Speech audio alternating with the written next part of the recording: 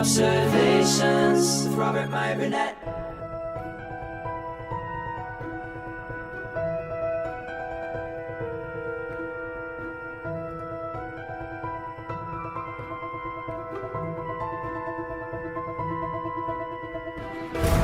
Well, greetings, imagination connoisseurs. Once again, it is I, your Duke of Dope Discourse, your master of fun and wonder, your viceroy of verisimilitude, your sommelier of sci-fi and cinema, your archbishop of Banterbury, your chancellor of cheerfulness, your evangelist of the imagination, and of course, your existential Mr. Rogers. That's right, it's me, Robert Meyer Burnett, and this is Robservations episode number 638. And I'm, of course, Robcasting at you imagination connoisseurs, you members of this, the Post-Geek Singularity community. Welcome to Tuesday. Got some good news, I guess. Good news. The annual Disney Shareholders meeting was held today, virtually, of course, because of our ongoing situation. Let's just call it a situation. We all know what it is. But it happened virtually today. And, of course, Mr. Bob Chapek led the way. I'm just going to start right out. You know what you guys want to hear about. I'm going to read what Bob Chapek had to say. Guess what? Disney CEO Bob Chapek Tuesday, by the way, this was in Deadline, reported by Jill Goldsmith, said Tuesday he doesn't really see Disney as characterizing itself as a left-leaning or right-leaning company, responding to a shareholder who accused Hollywood and the company of a double standard in firing Gina Carano from The Mandalorian because she's a conservative. The stockholder, speaking during a Q&A portion of Disney's annual shareholder meeting, noted that co-stars Pedro Pascal and Gina Carano both controversially referenced Nazi Germany in social media comments, but only she was removed. What about the Disney blacklist, he asked.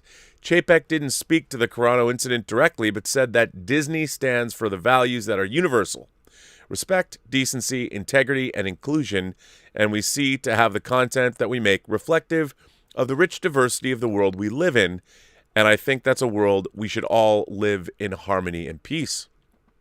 The actress was let go from the popular Lucasfilm and Disney series on Disney Plus after she took to social media to, as Lucasfilm described it, post abhorrent material that compared the current divided political climate in the U.S. to Nazi Germany. This caused #Fire Gina Carano, and to trend, eventually she was. Carano last month raised the issue of a double standard in an interview with conservative commentator Ben Shapiro, noting that Pedro Pascal was not fired for a 2018 tweet comparing undocumented children in cages to the U.S. In the U.S. to Jews in concentration camps. Now here's the kicker. Asked about Lucasfilm chief Kathleen Kennedy, Chapek said he is absolutely thrilled with her, and the company looks forward to having Kathleen Kennedy directing the activities of the entire Lucasfilm operation for many years to come. So nothing unexpected there. As somebody who has been a Kathleen Kennedy stan on this channel, as many people know, which I have definitely been doing to some people's chagrin. Sorry, I was playing with my action figures before I went on today, and a piece was on my leg. I've long admired Kathleen Kennedy, and I think that one of the things that we as fans tend to do is we tend to conflate our opinions of a product as with how that product might be doing financially. And it's, as I've said, 5 Star Wars movies grossed $5.5 billion collectively. While one didn't perform as well as the others, that is still an enormous sum of money. Have I liked the Disney sequel trilogy? No, I have not. But the blame is not squarely, of course, on Kathleen Kennedy. It's not going to be placed squarely on her. Remember, The Mandalorian has basically carried Disney Plus sailing past its estimates that weren't supposed to be realized for 4 years. Now, was The Mandalorian the only thing that did that? No, but certainly Star Wars as a brand, partly. But The Mandalorian, obviously, very talked about television series. Also, Marvel, Pixar, Nat Geo. I mean, any number of things. Anything you could possibly want as far as the Disney brand is concerned, you will get. Even a rock that flies a spaceship. Let's go, Geode. Perhaps, maybe, I mean, you know what? Let me just say, when Star Trek introduces a rock life form, that rock is protecting thousands of her babies, and she can also burn through solid rock, tunnel through solid rock, faster than probably we can run as human beings. So when Star Wars is going to introduce a living rock character, maybe it should be ambulatory. I'm just saying. But anyway, no judgment there. No judgment there. Infinite diversity and infinite... Oh, wait, that's Star Trek 2 as well, I mean. I won't address that, but I just wanted to bring up that Bob Chapek did address the issue. Also in Disney news, speaking of Kathleen Kennedy, Disney tops 100 million subscribers, again reported by Jill Goldsmith. Bob Chapek said Tuesday the company's fast-growing streaming service Disney Plus has topped 100 million subscribers. He made the reveal at Disney's annual shareholders meeting, obviously.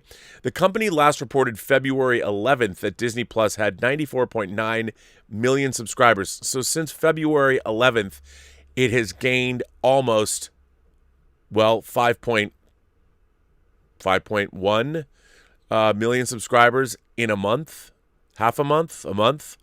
The enormous success of Disney Plus has inspired us to be even more ambitious and to significantly increase our investment in the development of high-quality content, Chapek said. In fact, we set a target of 100-plus new titles per year, and this includes Disney Animation, Disney Live Action, Marvel, Star Wars, and National Geographic. Our direct-to-consumer business is the company's top priority, and our robust pipeline of content will continue to fuel its growth. Disney's Investor Day on December 10th featured over 100 new products, with many heading to Disney, but a solid endorsement by Chapek of the importance of theatrical releases. Executives anticipated then that the streaming service will have 230 million to 260 million subscribers by 2024. The stock is widely held by retail investors, and the annual meetings are often family affairs with kids in tow. This year, the year since the last event, held live in Raleigh-Durham, has been one of the most transformative, eventful, and triumphant years in the company's history. There was change at the top and a major reorganization of the entire entertainment business. Rapid growth at Disney Plus surpassed all expectations. It leads new streaming services. COVID-19 lockdowns that closed theme parks, stalled production, and shuttered movie theaters. The stock price, and this is a shareholders meeting, surged as Wall Street applauded the deft digital pivot. Add to that enthusiasm that's currently bubbling on the reopening hopes, with vaccines rolling out briskly and large swaths of the economy back in business. Disney stock was doing very well today, up past pre-COVID levels, I believe, past 200 when it was down to 79. Disney is going to open Disneyland in late April, Bob Chapek says. Under the new state reopening guidelines released Friday by the California public health officials, the park could have opened April 1st.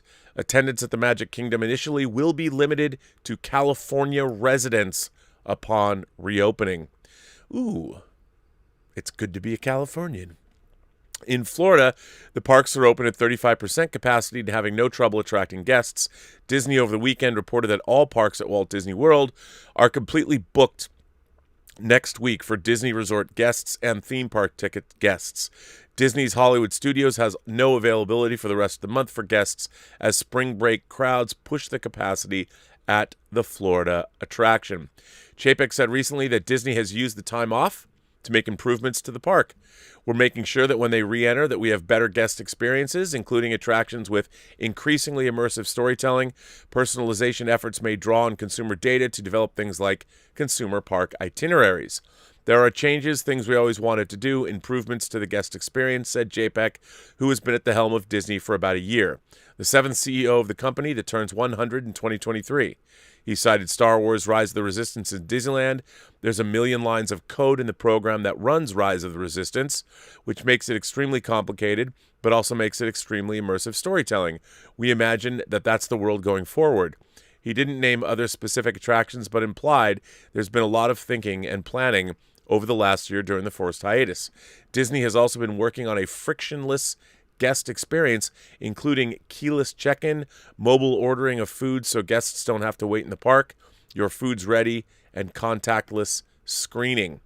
So, obviously, Disney has been doing, well, improvements. They've not been resting on their laurels, nor would I have expected them to. And finally, Bob Iger, Mr. Bob, who I, of course, used to play squash with and have lobster lunches with on Sundays. Not really, but that was a running joke in the John Campea show for a long time. I've never met Bob Iger. I did read his book, and I find him to be an impressive businessman.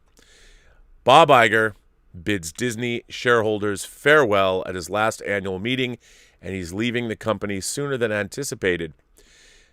Again, Jill Goldsmith reporting on this today for Deadline.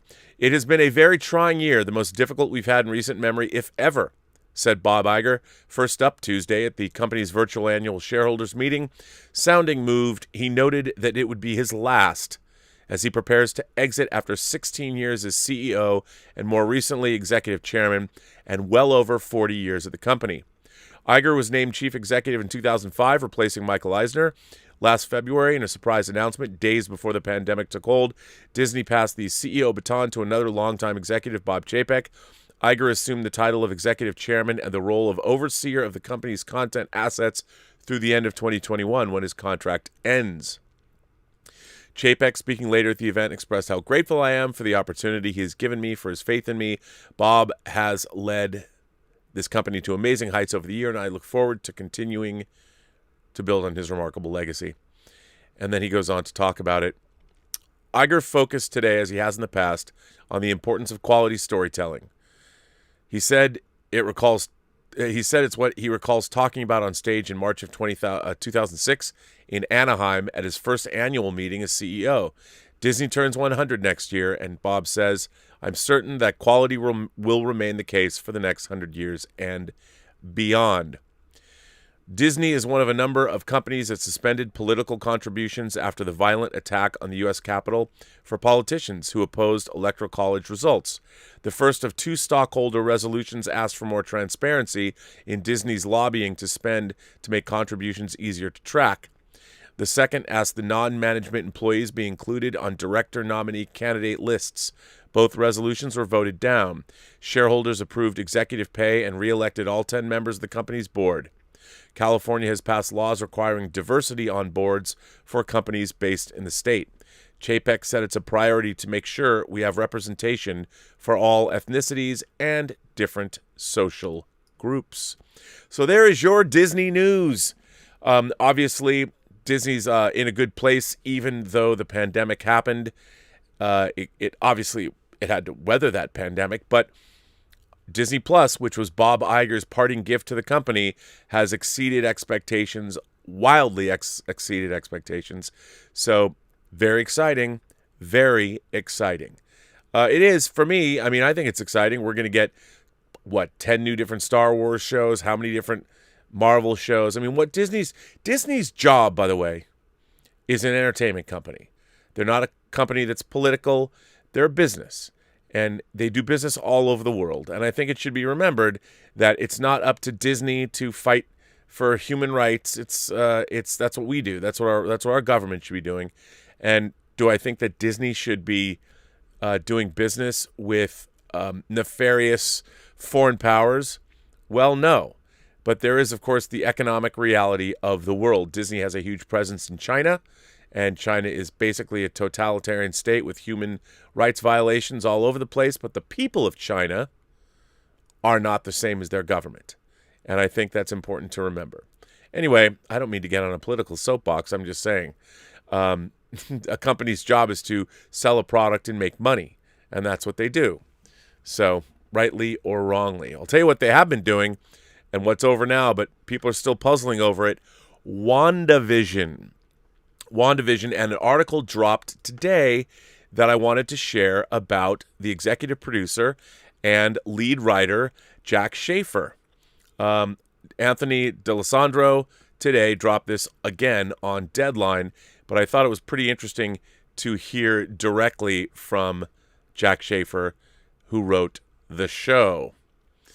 And she talks about it. So here's the article. And definitely thought this was worth sharing. Let's get down to brass tacks ASAP with Disney Plus Marvel series producer and head scribe Jack Schaefer telling us what happened and where Scarlet Witch is going. Schaefer has a story by credit on the upcoming Black Widow movie, currently scheduled for theatrical release May 7th, and she co-wrote the screenplay for the MGM comedy The Hustle, starring Anne Hathaway and Rebel Wilson. Deadline says, so as the title of the episode indicates, this is really the series finale, right? Jack Schaefer, well, it's like what Kevin Feige said. It wasn't necessarily the plan to have another season, but in the Marvel world, you never know. Was the ending you envisioned from the onset of the season, i.e. Wanda realizing that she is the Scarlet Witch, Vision and Sons disappear with the Hex, and she heads off to the wilderness, or was there an alternative ending that the writers were toying with in any shape or form? Schaefer says, not really. This is essentially what we envisioned from the very beginning. This was always going to be a story about grief, and we took that seriously. And it's a little bit reductive, but we used the stages of grief to map out the arc of the season, and we knew what we wanted to take it to a place of acceptance. It's acceptance in two ways. It's ultimately Wanda's acceptance of the mantle of the Scarlet Witch, and then secondly, and perhaps more importantly, is acceptance of her grief and the fact that she has to let Vision and the boys go. So things changed along the way, and there were discoveries and enhancements and all sorts of ins and outs of the finale. Specifically, was kind of ever shifting. But the actual goodbye scene was written fairly early on, and we were all united behind it. Deadline says, tell us about setting up Wanda's whole notion of grief. Schaefer says, Wanda's history in the comics is one of loss. That is something that is in the comics and in the MCU has often defined her and defined her characterization. She's been a more serious character and a character who is at times locked into her own sadness and mourning, and so that it's obvious while we wanted to start and what we wanted to build around, we saw an opportunity with the overlay of the sitcom to get Wanda and Lizzie trying these different colors, seeing her being joyful and mischievous and flirty and all these different things.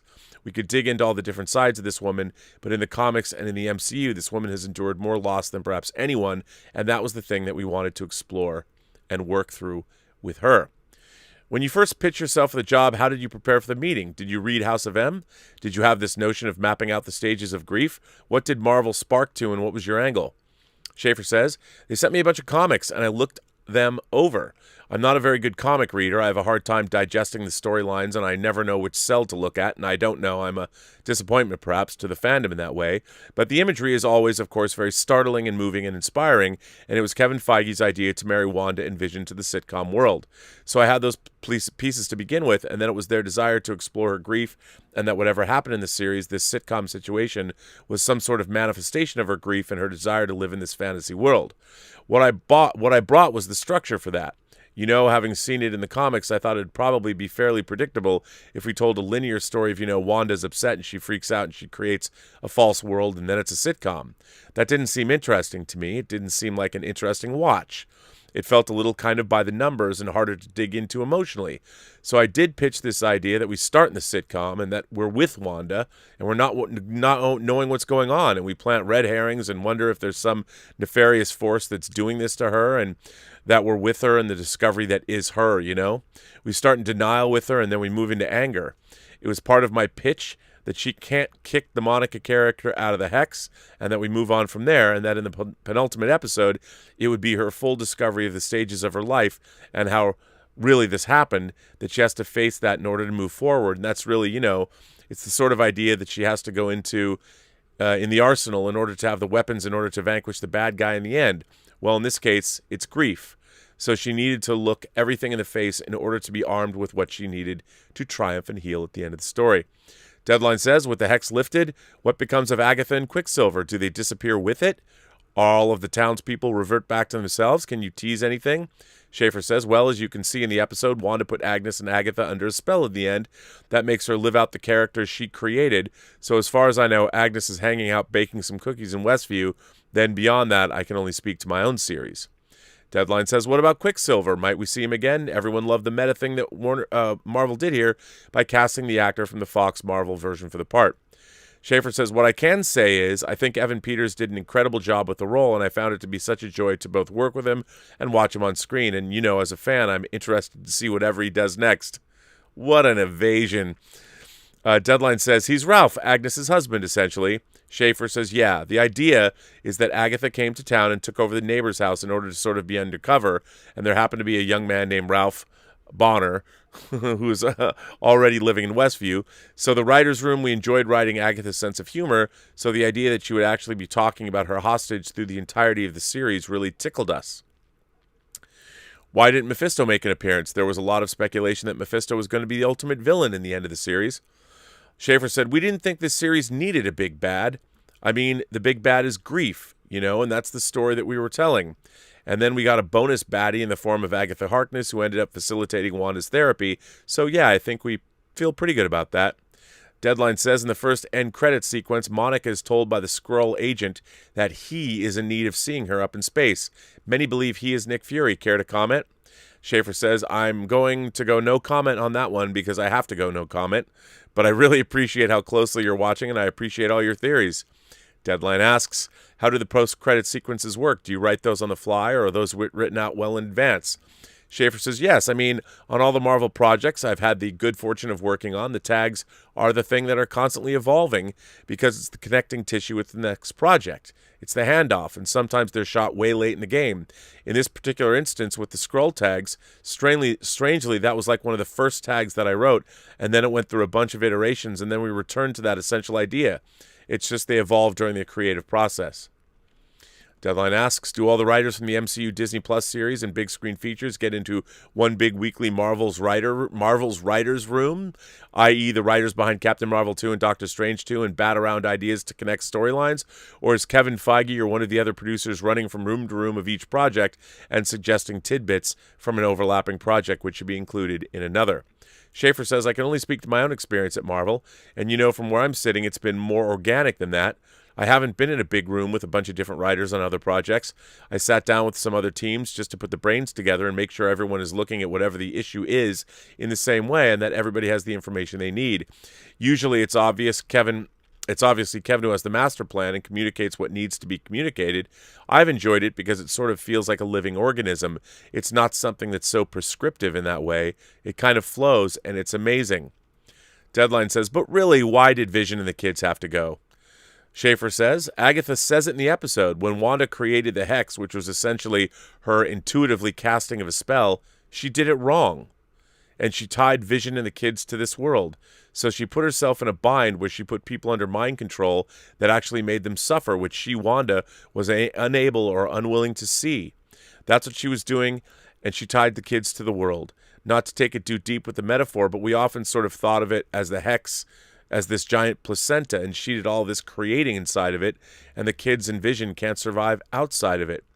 Deadline says, but here she is, a woman going through grief, who creates this world and family to deal with it, and then she has to give it up. Why? For the greater good of humanity and the evolution of herself? Schaefer says, yes, for both of those things, because it's wrong to imprison all of these people. Agatha offers her that deal in the end. She says, I can fix the spell and I can remove suffering from all people, but we all know if you remove our suffering, we're no longer human, and that's the journey she has to go on. She has to embrace her own grief and suffering and see it for what it is, that it's not all sorrow, that inside of grief is also a celebration of the thing that is now gone. Deadline says, where is she in the wilderness? It's certainly not Thanos' cabin in Avengers Endgame because he was in a tropical region. Schaefer says, we, the audience, do not know where Wanda is in the tag. Deadline says, given how this is a female-driven series, what % of your writer's room was comprised of female writers? Schaefer says, the actual writers are half women and half men, but with Mary Livanos and me and my assistant, the room itself was a majority of women. Deadline finally asks, with Wanda expected to star in Doctor Strange in the Multiverse of Madness, why didn't Doctor Strange himself make an appearance in the finale? Schaefer says, I heart Doctor Strange just like anybody. Yeah, it's one of those things. It's how the chips fell. That's how the cookie crumbled, is what I will say. But I look forward to seeing him on screen with Wanda in Doctor Strange 2. Well, I really love this article. I love hearing from the creators and really getting inside their brains. And now, we have a much better, I think, look into what it was that was actually going on. And, I'm always banging on the show about authorship. Whenever we sit down to watch an entertainment, and I would call WandaVision a grand entertainment. It was 9 episodes.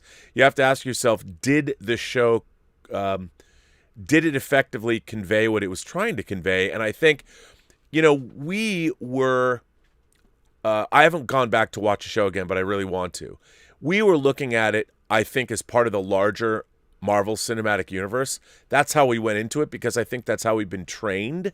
But I like the idea that this is the first Marvel Cinematic Universe show that we've seen that delves into one aspect, one character, her grief, and we tried to make it as viewers. I certainly did. I was guilty of this.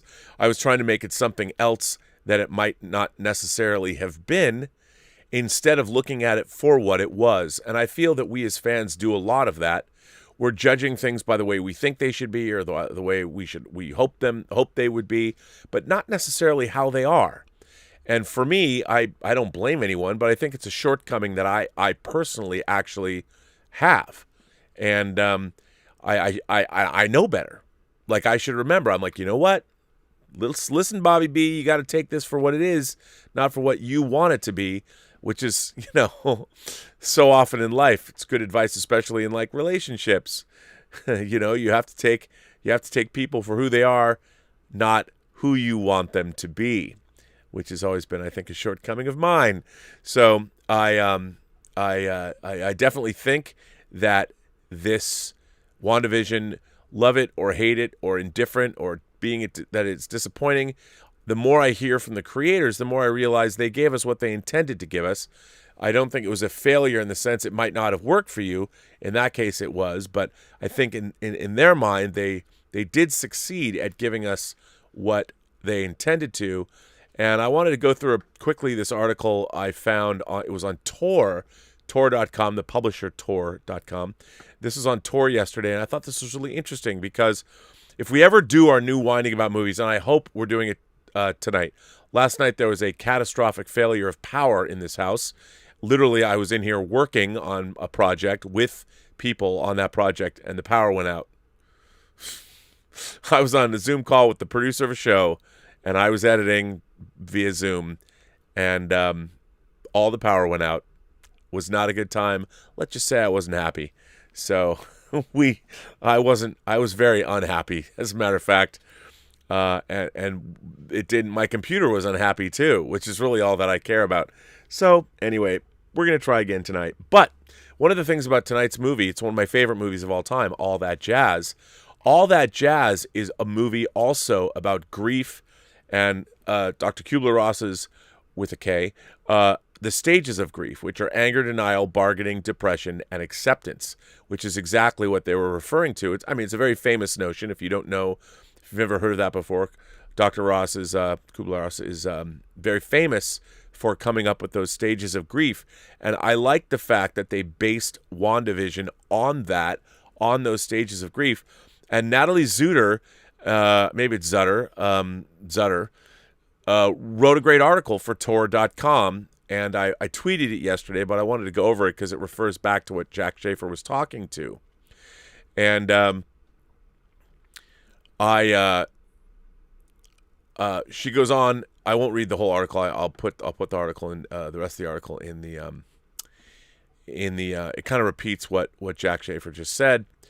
While Wanda's intent is to fill the bubble, the Hex, with sitcom formula that comforted her through her childhood trauma and loss after loss, it's worth noting that the construction of the Hex brings to mind a different yet parallel influence, The Truman Show.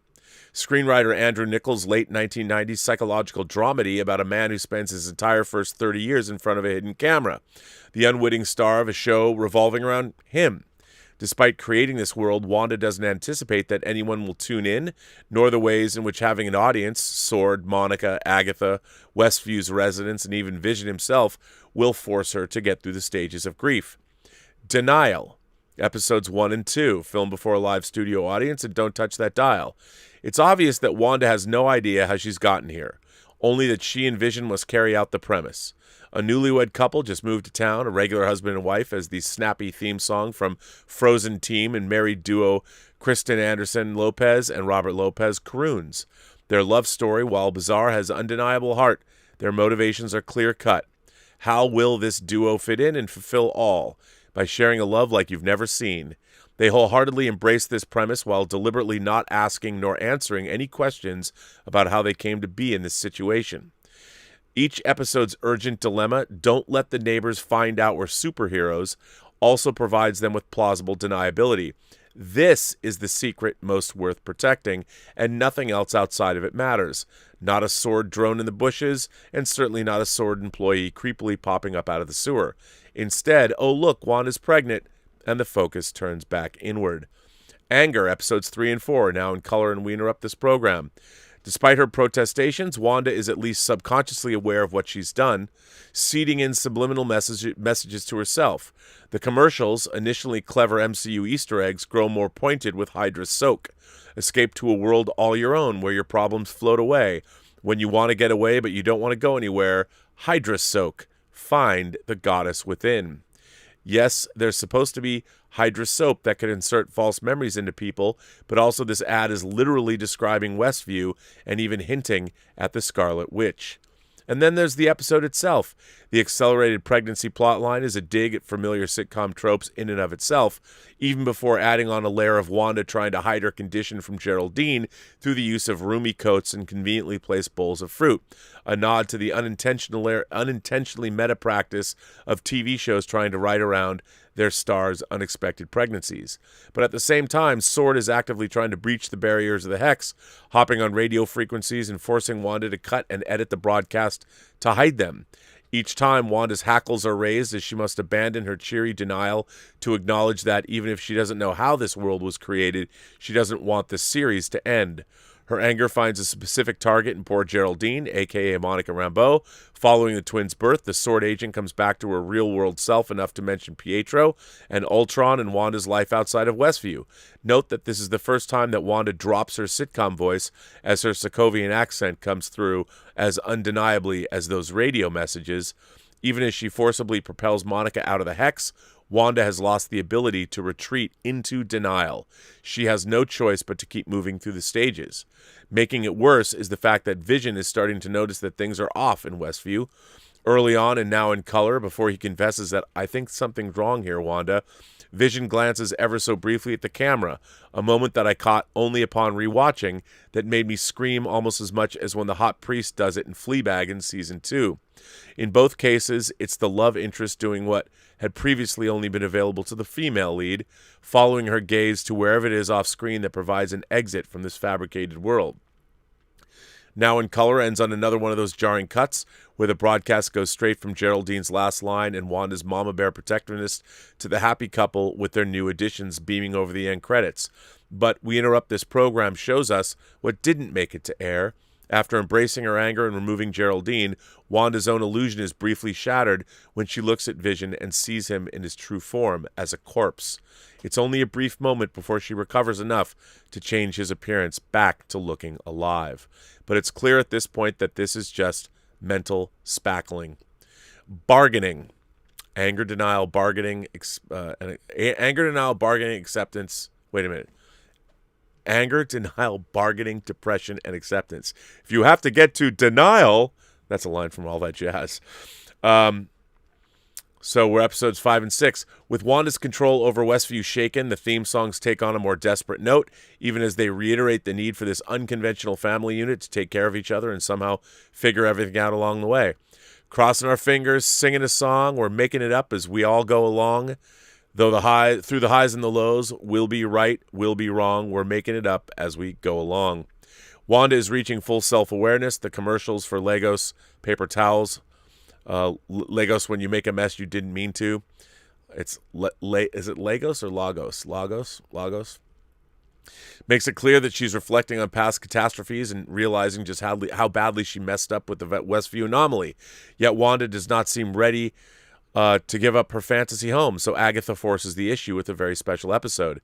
In sitcom history, the very special episode was an early attempt at meta outreach to viewers, with episodes tackling of-the-moment issues, such as addictions, eating disorders, and abuse pedophilia, in an effort to encourage awareness and discussion between families watching at home. Often the episode would be preceded by a title card warning of content therein, or a brief message after the story was resolved. In the latter case, a cast member might address the viewers, often on set or in costume, in a mix in and out of character, sharing information about suicide hotlines or other resources that might be necessary after watching these scenarios. You know what, I have to admit, with the very special episode, I understood what they were going for, but I didn't pay enough attention to the episodes and reflect on why they were titled that necessarily. I mean, I did kind of, but interesting. While the A Very Special Episode trend peaked in the 70s and 80s, it counts amongst its examples Family Ties, the inspiration for WandaVision Episode 5 in a series which had, wouldn't you know, a landmark episode about coping with grief. Now, Alex P. Keaton didn't have to watch his beloved die twice, once by his own hand, but he does suffer from survivor's guilt after a petty fight saved him from a fatal car crash. Agatha knows it's too soon for a very special episode about losing your synthesoid soulmate, so instead she goes for the dog.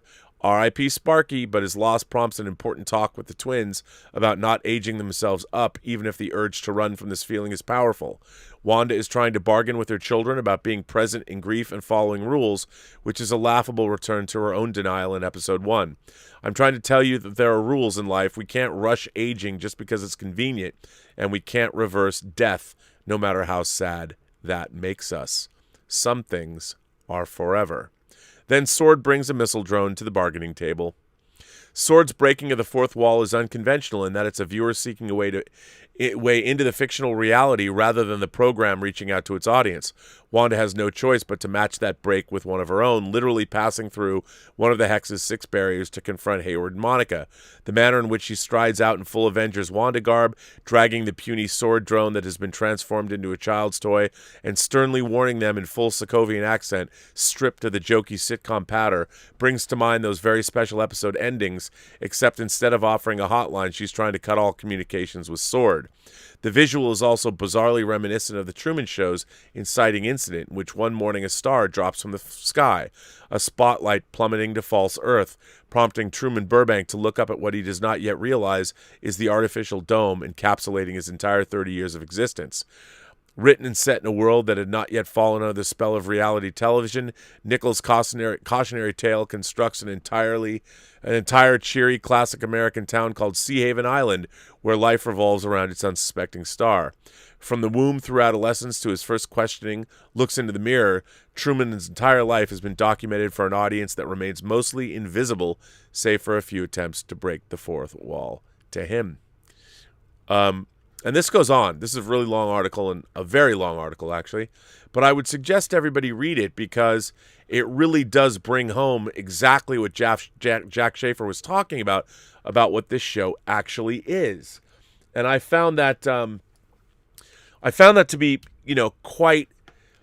I almost wish that I had read some of this before we started on the show, because if I had known. I mean, it was obviously apparent that the show was about Wanda's grief, but if I had known from the get-go that it was really going to focus so intensely on Wanda as opposed to me trying to make all these connections outside of the show I was watching, well, I might come to it in a different way. But I'm not going to make that mistake again.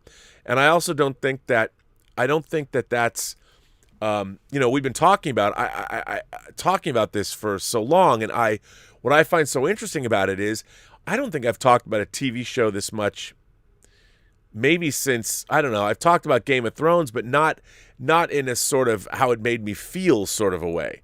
We've talked about the plot and things like that, but people want to do deep dives into this. And now I can sort of redirect, because I want to do a rewatch, redirect what I wanted out of the show as opposed to, and come at it, approach it the way it should have been approached.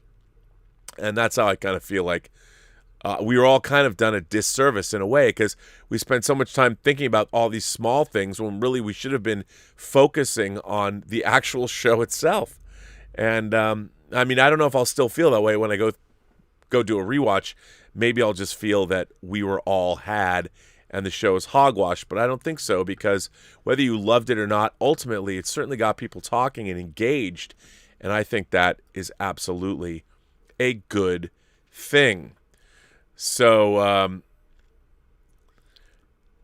anyway, I'm going to start today with a letter from, would it surprise anyone to know that I'm going to start a letter with the great Willow Yang. I know Willow. I love Willow. Willow is great. One day I hope to sit down and get rip-roaring drunk with her, because I can't imagine what that experience would actually be like. And this one, once again, comes from Willow Yang, our resident imagination connoisseur foundational member. You can read her letters at Willow Talk on the Burnettwork.net website. That's also where you can go if you want to send me a letter. Willow has been working her way through Star Trek, and she is deeply embedded now inside of Star Trek Voyager. Oh, hi, Rob. I'm writing my thoughts for yet another episode of Voyager, which is, of course, objectively the greatest Star Trek of all time. A full 70,000 light years ahead of all other series, in fact. This time around, I'm going to be discussing Macrocosm, an episode Joseph had assured me that I would love. Joseph is another one of our members who lives a long way away, and Joseph loves Voyager. To give a recap, Janeway and Neelix are returning after spending a few days away on a trade mission. They reach the Voyager only to find the ship adrift, the main computer and many of the systems offline, and the crew members missing. While searching the ship, they encounter a mysterious alien life form. Neelix is attacked by one of the aliens and disappears for the rest of the episode. Janeway, after stripping down to just a tank top and carrying a rather badass-looking phaser rifle, manages to locate the main bridge crew in the mess hall, all of them incapacitated and sporting nasty boils on their necks, from which small insect-like creatures are emerging. After getting attacked by another alien, she rushes off to sickbay and encounters the Doctor, who catches her up to speed on what's happened. Apparently, the Voyager crew had been infected by a mysterious virus that's capable of growing to a macroscopic form. The Doctor had already developed an antigen, but it is too heavily outnumbered by the microviruses to be able to use it to treat the infected crew. Janeway, upon learning that the virus is apparently attracted to the infrared radiation, uses the holodeck to create simulations to lure all the macroviruses inside, upon which she unleashes an antigen bomb that kills all of them. The crew members are treated, and they go about their merry way. The end. I suspect that the primary reason why Joseph thought I'd love Macrocosm is because it involves a mysterious viral outbreak, so I'll take a moment here to discuss the science. Personally, I think the term virus is an incorrect classification of the alien pathogen that is depicted in the episode. Viruses, by definition, have no metabolism, cannot grow, cannot respond to stimuli, and are incapable of controlled movement. The organism we see here is capable of sensing environmental stimuli and thermotaxis, controlled movement in response to changes in temperature, and it appears to be able to grow even when it's outside the host cell. As such, it should not be considered a virus. It's a pathogenic, parasitic organism that has a microscopic stage as part of its life cycle, but it's not a virus. Related to this, antigens are molecular structures, usually proteins or sugars, present on the surface of a pathogen that can be bound by targeting an antibody. While they can be used in vaccines to immunize a patient against a virus or bacteria, I don't know why the doctor would be synthesizing antigens in this scenario where the crew have already been infected. I think what he actually meant is an antibody. But even an antibody doesn't make sense here because how exactly is a microscopic antibody going to function against a macrovirus that's the size of a saucer? It would have made much more sense on a scientific level if Janeway had just thrown a regular bomb at the virus instead of an antigen bomb. Hey, her phaser rifle worked pretty well against them. The science aside, I do have some issues with the writing. Parts of the story just did not make sense. Firstly, what happened to all the Voyager crew? It was established that only a few dozen people in the mess hall were infected and incapacitated. What about the remaining few hundred people that are on the ship? They didn't evacuate, considering that their escape pods were all in place. So where were they? And why couldn't Janeway detect their life signs? Secondly, who turned off the main computer and the communication system and the environmental controls? You can't tell me that it was the virus that did it. Finally, what happened to Neelix? He disappeared after getting attacked by a macrovirus and was never seen or heard from again for the rest of the episode. Now, I'm certainly not complaining here. I find Neelix to be really annoying, and I would be happy if that was the last we ever saw of him. However, right in the opening of the subsequent episode, Fair Trade, he just reappears again, looking as if nothing had happened. So where was he? What did the virus do to him? I guess the writers just never bothered thinking that part up. In spite of the problems with the writing, I did find Macrocosm to be quite entertaining. I don't know if it was purely coincidental or a case of self-plagiarism, but the episode is strongly reminiscent of the Next Generation's Genesis. The openings of the 2 episodes are virtually identical, with the captain returning to the ship after a few days away to find all the crew members incapacitated by a mysterious disease. Both episodes heavily featured elements of horror, with plenty of shots of the main characters walking down empty corridors, hearing mysterious noises, and getting pursued by monsters. And both involved in AI, Data in Genesis, and the Doctor in Macrocosm, developing the cure for the disease. Of the 2, I do think that Macrocosm is the superior episode that managed to play up the horror more effectively. The imagery of small, insect-like creatures emerging from giant boils on the necks of infected victims was quite memorably disgusting. And in spite of my aforementioned issues with the terminology that was being used, the science in Macrocosm is definitely much more plausible than the Barclay virus in Genesis. I also really appreciated the homage to the episode paid toward the Alien franchise, with a sweaty Janeway in a tank top wielding a big-ass rifle, an obvious nod to female action heroes like Ripley and Vasquez. Macrocosm might not have been the greatest writing, but it was still tremendous fun. Live long and prosper, Willow. I get the feeling that you like Voyager quite a bit. Don't you? Don't you? So, yes, you do. Which I kind of like. I kind of like that you like Voyager. This next letter, I have to say, though, Voyager, I tuned out when it was first on. I liked the first season actually quite a bit, but the second season after the 37s, I was like, ugh. And the Kazon, I got so the Kazon and the phage and, all of it just got to the point where I wasn't that into it. So I sporadically watched Voyager, but when I went back a couple of years ago and was doing a Voyager rewatch, there's a lot to like in that show. I used to just dismiss it as a copy of a copy of a copy. It's a show of Star Trek tropes. But perhaps that assessment was a little harsh and unfair, because it's more than that. And going back, especially after 7 of 9 shows up, they did some really interesting things. But it was just so schizophrenic. Sometimes I just couldn't buy into it. What can you do? This letter comes from DC. Greetings, Rob, and everyone in the Post-Geek Singularity. Rob, I hope you, Elizabeth, and company are safe and well. And Post-Geek Singularity, I hope you're all safe and well also. Today, Rob, I'd like to talk about why I think the new Star Trek is a failure. By all means.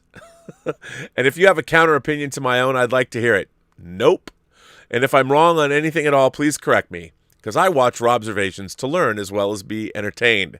Well, I hope I bring the entertainment anytime a letter starts like that, DC. I'm all ears. I am entertained. I am very, very entertained. In a recent episode of Robservations, you went over an article about a relatively unknown Star Trek screenplay written by John Hughes. The screenplay was a sequel to Star Trek II: The Wrath of Khan, and after going over the article, the brief synopsis of the screenplay and the script notes that were included in the article, you spoke about how the story wasn't all that good. I agree with you. Although I have to admit, another movie about the great Khan, Noonien Singh would be interesting, but the movie written by Hughes, which does indeed bear some strong similarities to The Count of Monte Cristo. To be honest, the synopsis read as if Hughes had read The Count of Monte Cristo, boiled its plot down to the most recognizable pieces, and awkwardly inserted them into the Star Trek universe.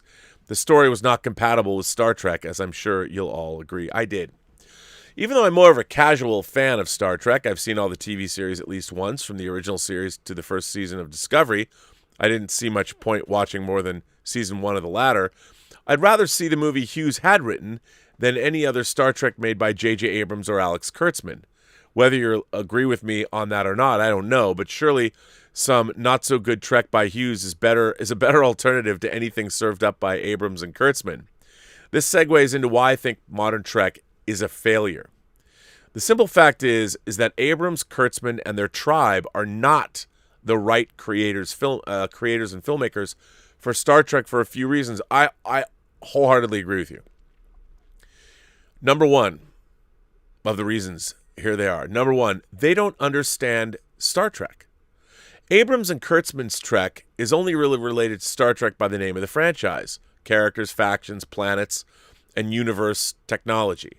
The rest of any new Trek from 2009 onwards is just bad, generic sci-fi. New Trek lacks the soul and heart of previous Star Trek, as well as sorely lacking in talented writers, producers, and filmmakers. But the biggest sin of all of New Trek is the lack of respect for and lack of understanding of the vision of Star Trek creator Gene Roddenberry. The creators of New Trek, although maybe a better name to call them would be Star Trek mutilators, do not understand what Roddenberry was trying to do with Star Trek. Star Trek is not about huge action-packed adventures with copious amounts of crying and space battles. Gene Roddenberry created a show which had a heavy philosophical bent that added another dimension to what the audience watched. It encouraged the audience to ask questions and think about what they would do if they were confronted with the decisions that Kirk, Spock, McCoy, Picard, Data, Janeway, Seven of Nine, and so forth were faced with. Modern Trek does not do this. If anything, modern Trek leaves audiences confused and or frustrated.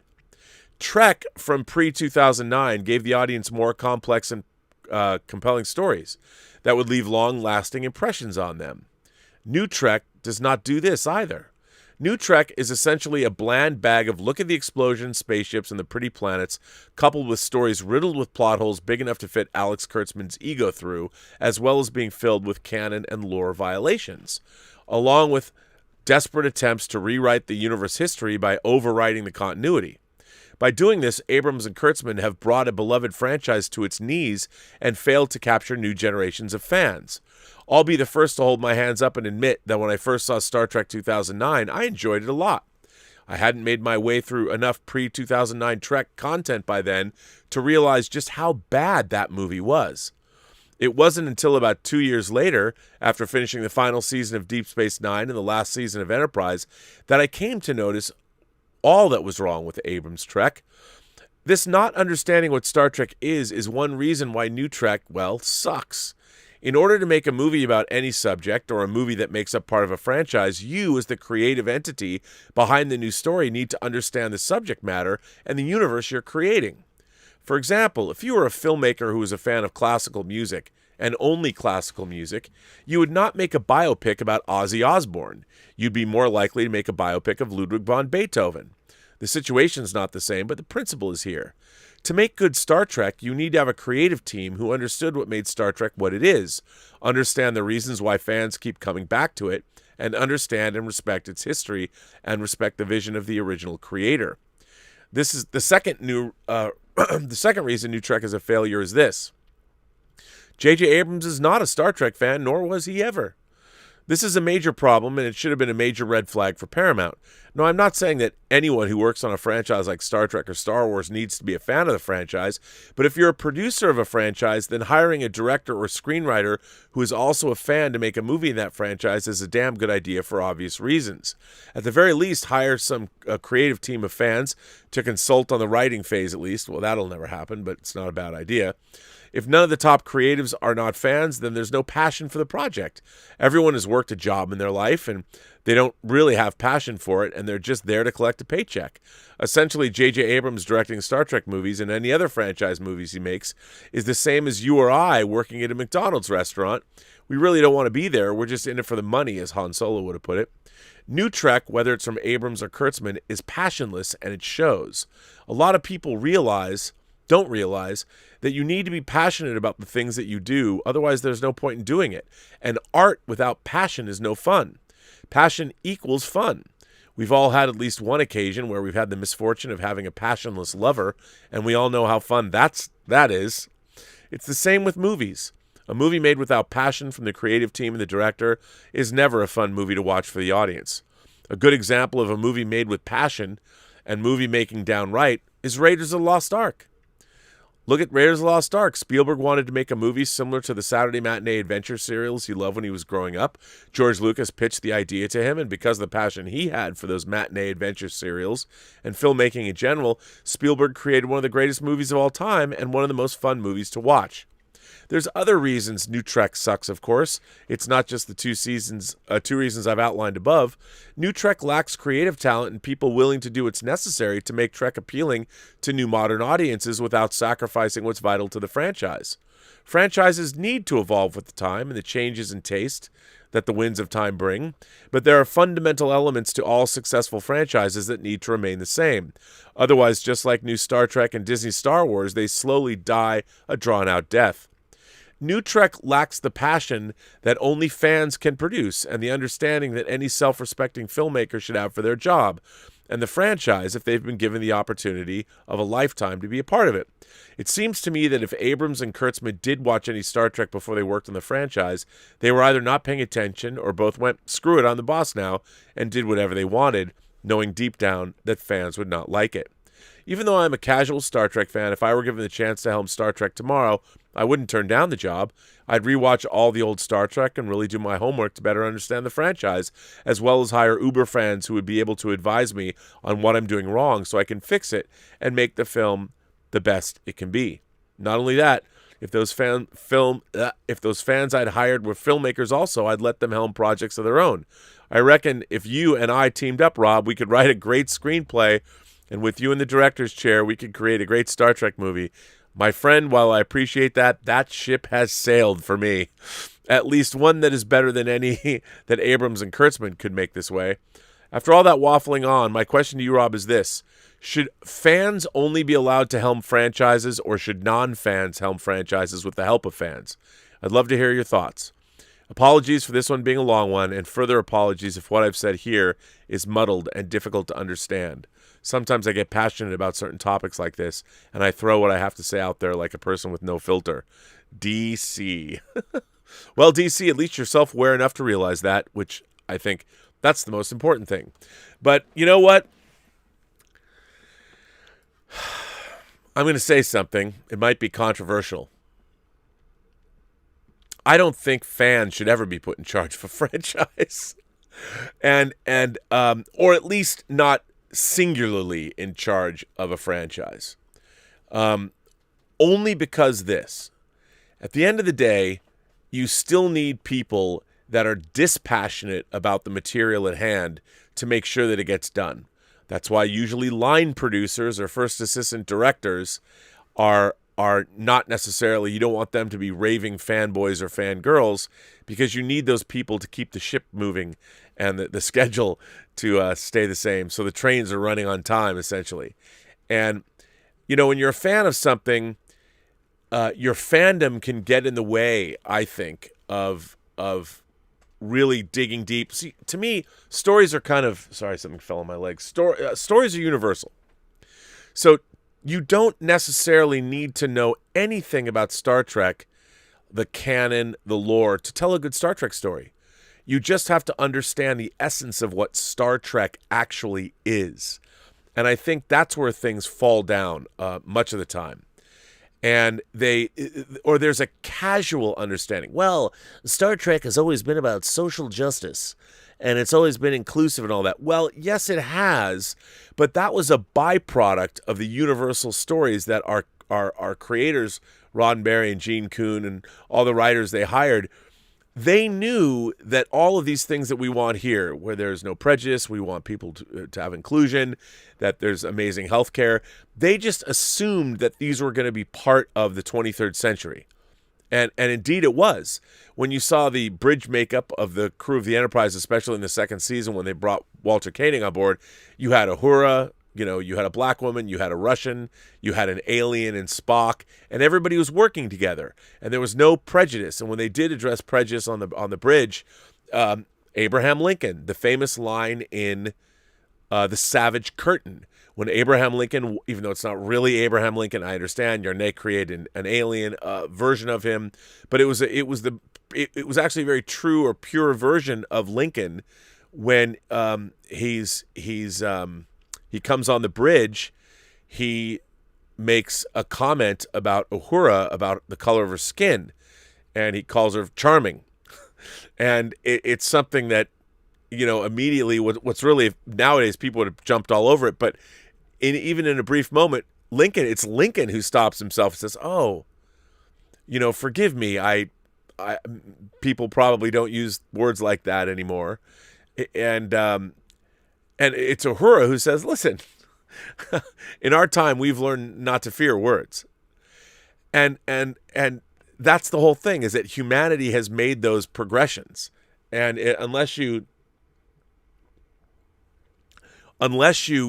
deal with that and take it as par for the course, by bringing in all of this forced diversity amongst the human crew, you're missing the point of what Star Trek is supposed to be. We human beings have surmounted these problems, and it's the aliens and it's everything we encounter out there. They're the ones with the problems, and then we go and help them fix those problems. And so Star Trek is always allegory. And when you turn it into, I'm not saying characters can't have interpersonal relationships and things like that, but our characters are the enlightened ones. And I think that that's something that's really missing from Star Trek. Also, they've stopped making Star Trek about, Captain Kirk is not a very exceptional human being. And he's a bit of a jerk, quite frankly, in Star Trek 09. Whereas I think our characters, because nowadays we have to watch all heroes being forged. You just can't take it for granted that they're good people in the world. And I think that there are. But yeah, I think that they've forgotten all about allegory and until they need to start telling stories that are more, again, I feel that they're not spending enough time. The show is really all about Michael Burnham, Michael Burnham being a hero and Michael Burnham doing this or Michael Burnham doing that. And everything kind of revolves around her, which is so sort of strange to me because Star Trek isn't about necessarily self-actualization. You're on the ship, things happen over and over and over again. It's episode to episode to episode, and if you're not, Michael Burnham is this character. It just seems so forced. And again, if you're going to make the story about one character, what was her journey supposed to be? It's such a weird thing that you have a very capable Starfleet officer. This is what I can't get my head around Discovery. She's introduced. She has a great relationship with her captain. They seem very capable of doing things. And then, of course, in the first 2 episodes of Discovery, we meet her. She actually listens to Sarek tell her something that's absolutely poppycock and inane and follows up on that to the point where she commits mutiny and ends up literally starting a war. And for me, I can't go back on that. Not that character's done something criminal, but that character's so fucking stupid. And I think all the characters in modern Star Trek are written to be fairly dumb, whereas they might get it right, where Saru to me is, love Doug Jones, love his portrayal, but Saru is, to me, a cliched Star Trek character. That's somebody you would see back in the original series from 66 to 69. And as much as I like Doug Jones, that character, I'm like, this character is so just a Star Trek trope character. That's all it is. And there's not a lot of when they delve into his past, it's pretty interesting. But for the most part, he's just he's a trope. He's a Star Trek trope, and it's a bummer. I am not digging it, which is really not where I want to be.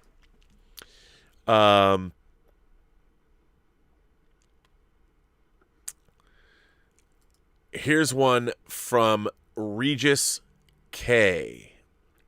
Regis K says, "Hi, Rob and imagination connoisseurs and friends. About WandaVision. I've been reading comics since the mid-1970s. I learned how to draw by emulating Adam Hughes, John Byrne, Alan Davis. Actually, my favorite iteration of the Vision is the White Vision drawn by the fantastic John Byrne. Ooh, I would agree with you. Was that the cover of West Coast Avengers? I've been watching reviews of WandaVision here and there. A lot of different opinions on the finale and the series in general. Some people were attracted to the sitcom settings. Some were equally turned off by it. Some rather liked the sword segments. Some wanted to stay focused on the sitcom situation. What some saw as a strength for the series, others saw as a weakness. For myself, I liked the show. If anything, the episodes were far too short for the implications of the story involved, and the finale suffered from it. My only gripe was that the Wanda-Agatha confrontation was too direct and on the nose and didn't reflect the spirit of the series to this point. Ooh, you know what? That is one of the most valid concerns and valid and astute observations yet about criticisms of the show. I'm going to read that again. My only gripe was that the Wanda-Agatha confrontation was too direct and on the nose and didn't reflect the spirit of the series to this point. That is a great observation. Yes, Boner is a problem, or Boehner. Boner is a problem, but since I want nothing to do with the Fox films, I didn't care. I also understand the complaints and think he could have been used in a better way. Yes, it could have involved all sorts of extra characters and theories from the comics, I thought. And then I paused, and I thought about something. Yes, it happens. I asked myself, what would my mom think of the entire series? She knows nothing about Marvel Comics. She wouldn't have any sort of cameo expectations, and I think if she saw WandaVision, she'd be satisfied at the end. The story is relatively contained, and yes, the resolution could have been more elaborate. For the most part, I think she would have had a good time. I tried to think as a producer. A producer would target an audience, and that's what Marvel's doing. Maybe their problem is they're trying to please everyone. I don't know. The thing is, we comic book readers are not the only audience. For them, normies, WandaVision is satisfying as it is. I would love to have seen Nightmare and Doctor Strange on the big screen, but I also want the MCU to succeed so I can have more movies. This is a case of not too much too soon. It took 3 movies and an after-credits sequence to establish Wanda as the Scarlet Witch. I think Kevin Feige is playing the long game and not introducing everything at the same time. I'd like to see WandaVision's end credits scene as the true vessel that hints at the multiverse. They've just introduced witches. Next we'll have a vampire, werewolves and Moon Knight, and demons in a multiverse, but not all of those at the same time. Thinking of my mom, she wouldn't have been able to handle all those at once. Another great point. If you'd thrown all the stuff that people were speculating about into WandaVision, it would have alienated a lot of newbie viewers or civilians or mundane viewers, because they'd be like, what the hell are these people talking about? So you're absolutely right. I think that's something that's absolutely forgotten. Absolutely.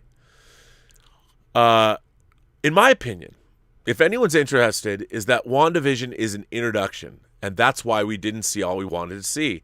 That's why Agatha is still around. That's why the story is focused on Wanda's grief before moving on to more global matters, and that's why Doctor Strange didn't show up. That and budget constraints.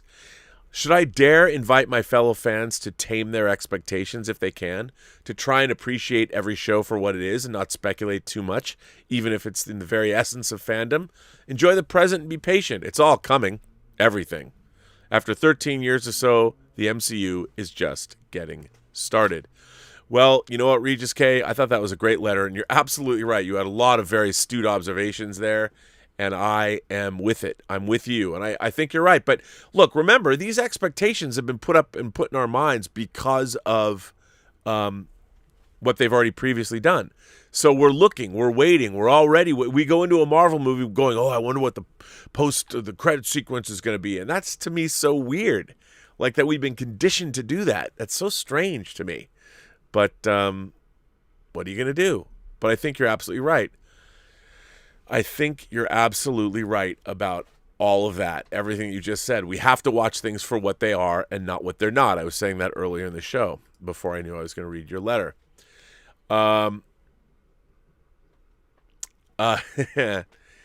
Here comes another letter from Marnie Rutland. Marnie Rutland says, Rob, I hear you about the bombardment of opinions disagreeing with you about Kathleen Kennedy, so I'll keep my contribution to the bombardment short. I can respect anyone who makes it to the top, like I can respect a shark enough to stay out of the water. I might not call for its extinction, but I have no trust for it. The quote I see used is, America now has a good president, but Lucasfilm still does not. This at least does not conflate politics with someone's view on Star Wars. What fans really want is to slam the brakes on what seems like a trend of bad ideas. Amy Pascal greenlit a lot of problematic bro movies before being a born-again feminist with, on the low end, Fiegbusters, and on the upper end, The Post. James Cameron was the one who decided to kill off young John Connery in Terminator Dark Fate. In society, progress is great. In cinema, it seems like a smug slap in the face to anyone who liked 80s fare just fine. In the heyday of Amblin, the workload between Kennedy and Frank Marshall is unknown to us. On The Last Jedi, Ram Bergman is credited as unit production manager. Pardon me. On The Last Jedi, Ram Bergman is credited as the unit production manager as well as one of the producers. I suppose we can look up every show on Kennedy's resume to see who the line producer and production manager and location manager might have been. A great deal is delegated, no doubt. Yet we aren't condemning her for a lack of logistical skill. We do know the Lucasfilm Story Group was selected by Kennedy. This has been one of the most destructive decisions on her watch. The same principle was on display as President 45 chose his cabinet, which Mark Hamill called a who's who of really despicable people. The term you choose to build can make or break the work that is done. Did Kennedy not read production reports for Solo going into overtime every day due to indulgence and improvisation?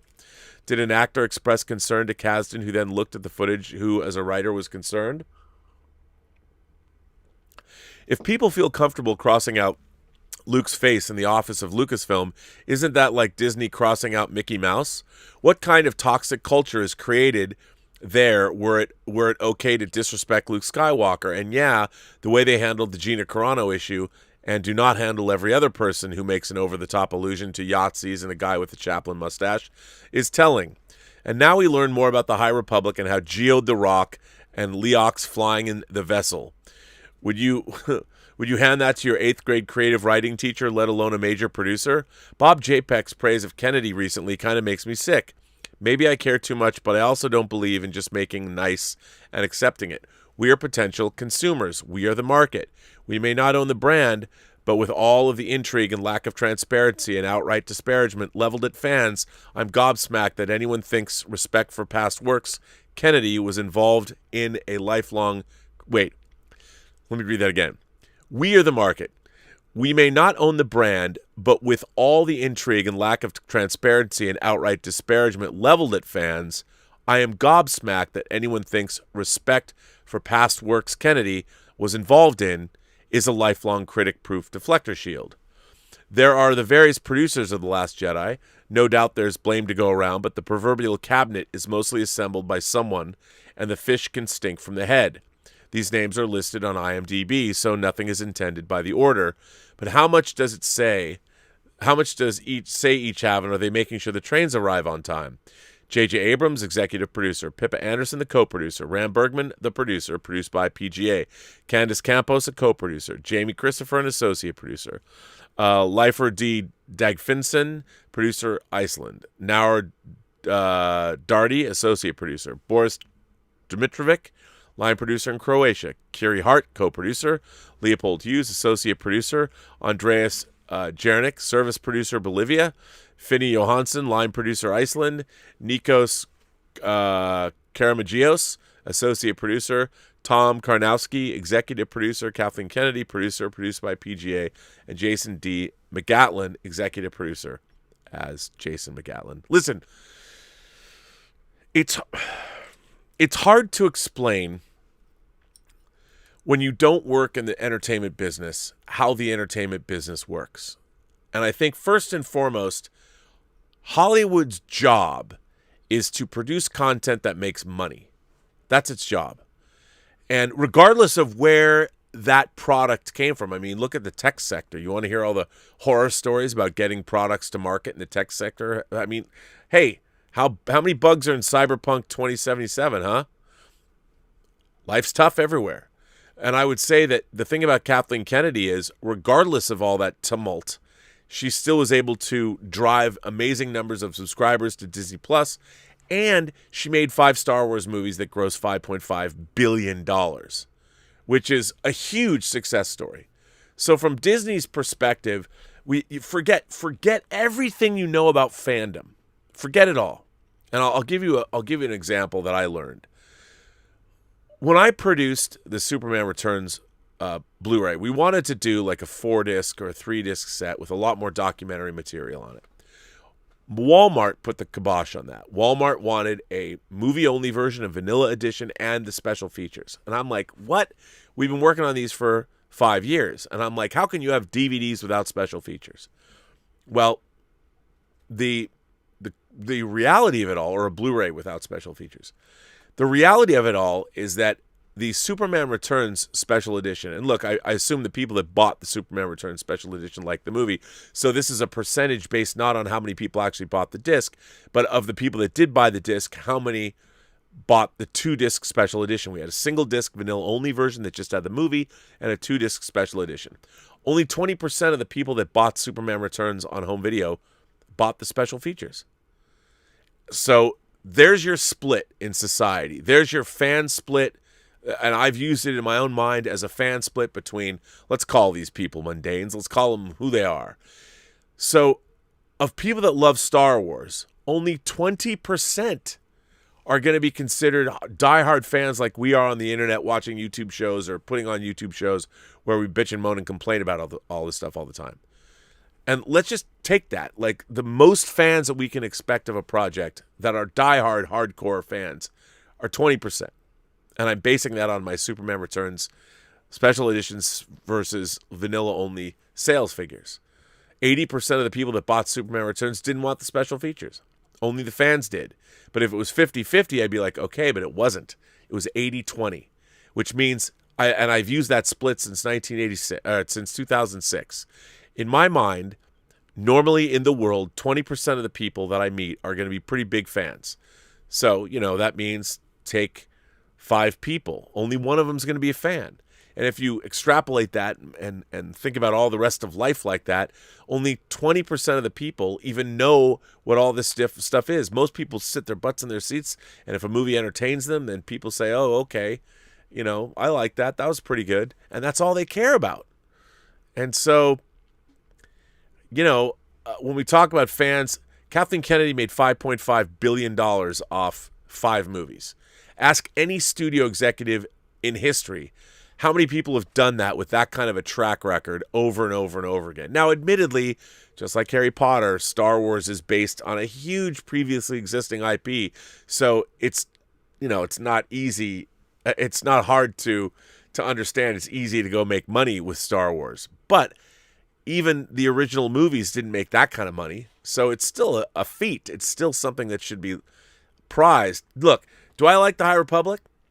No, but don't you think Disney's understanding of what's going on, they want to create a more creative, a more inclusive, something that's creative, but it's also inclusive, because that's the fashion du jour now. Let's involve everybody. Let's make sure there's representation.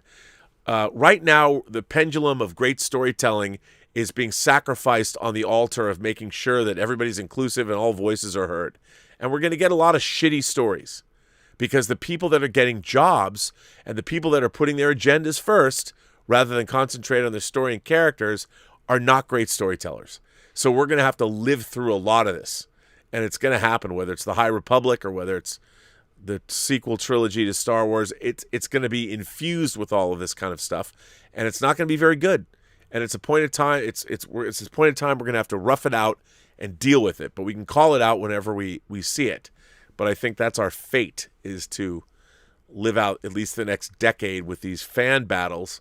But we have to remember that Kathleen Kennedy, for everyone who talks about merch sales, kids play video games now. They're not playing with Star Wars figures nearly as much as they used to. And that's just a fact of life. And that's been going on for a long time. So the fact that there is not as much Star Wars merchandise sales as there probably should be, and the fact that everything is so remaindered, is twofold. One, the sequel characters are just not that interesting and nobody cares about them.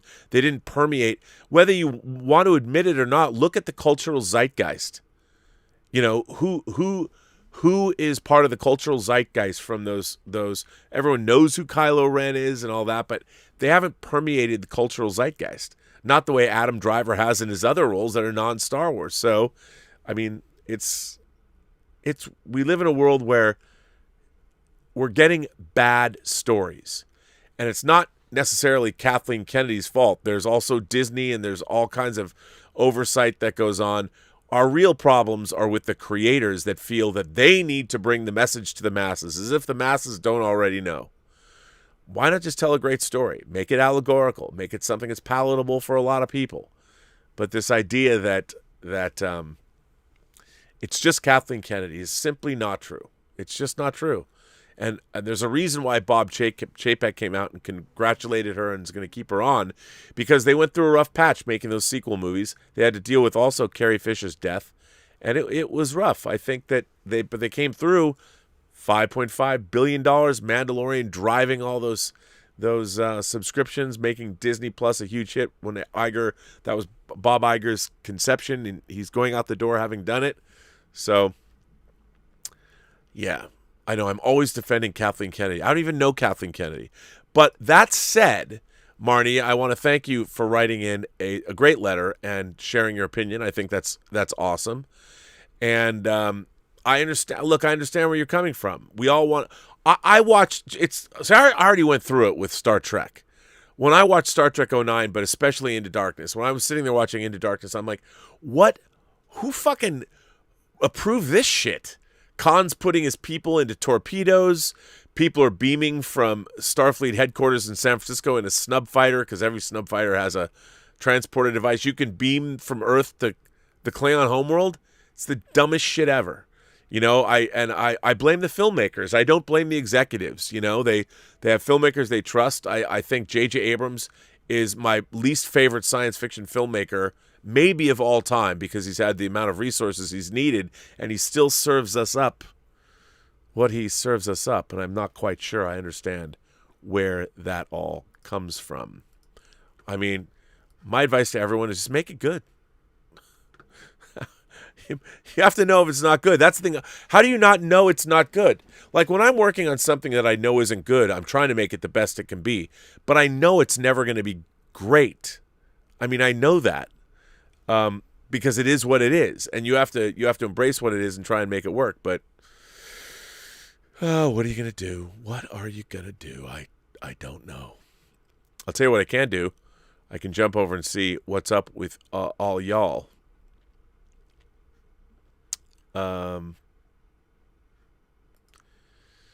So let's do that. Let's jump over here and see where we are at.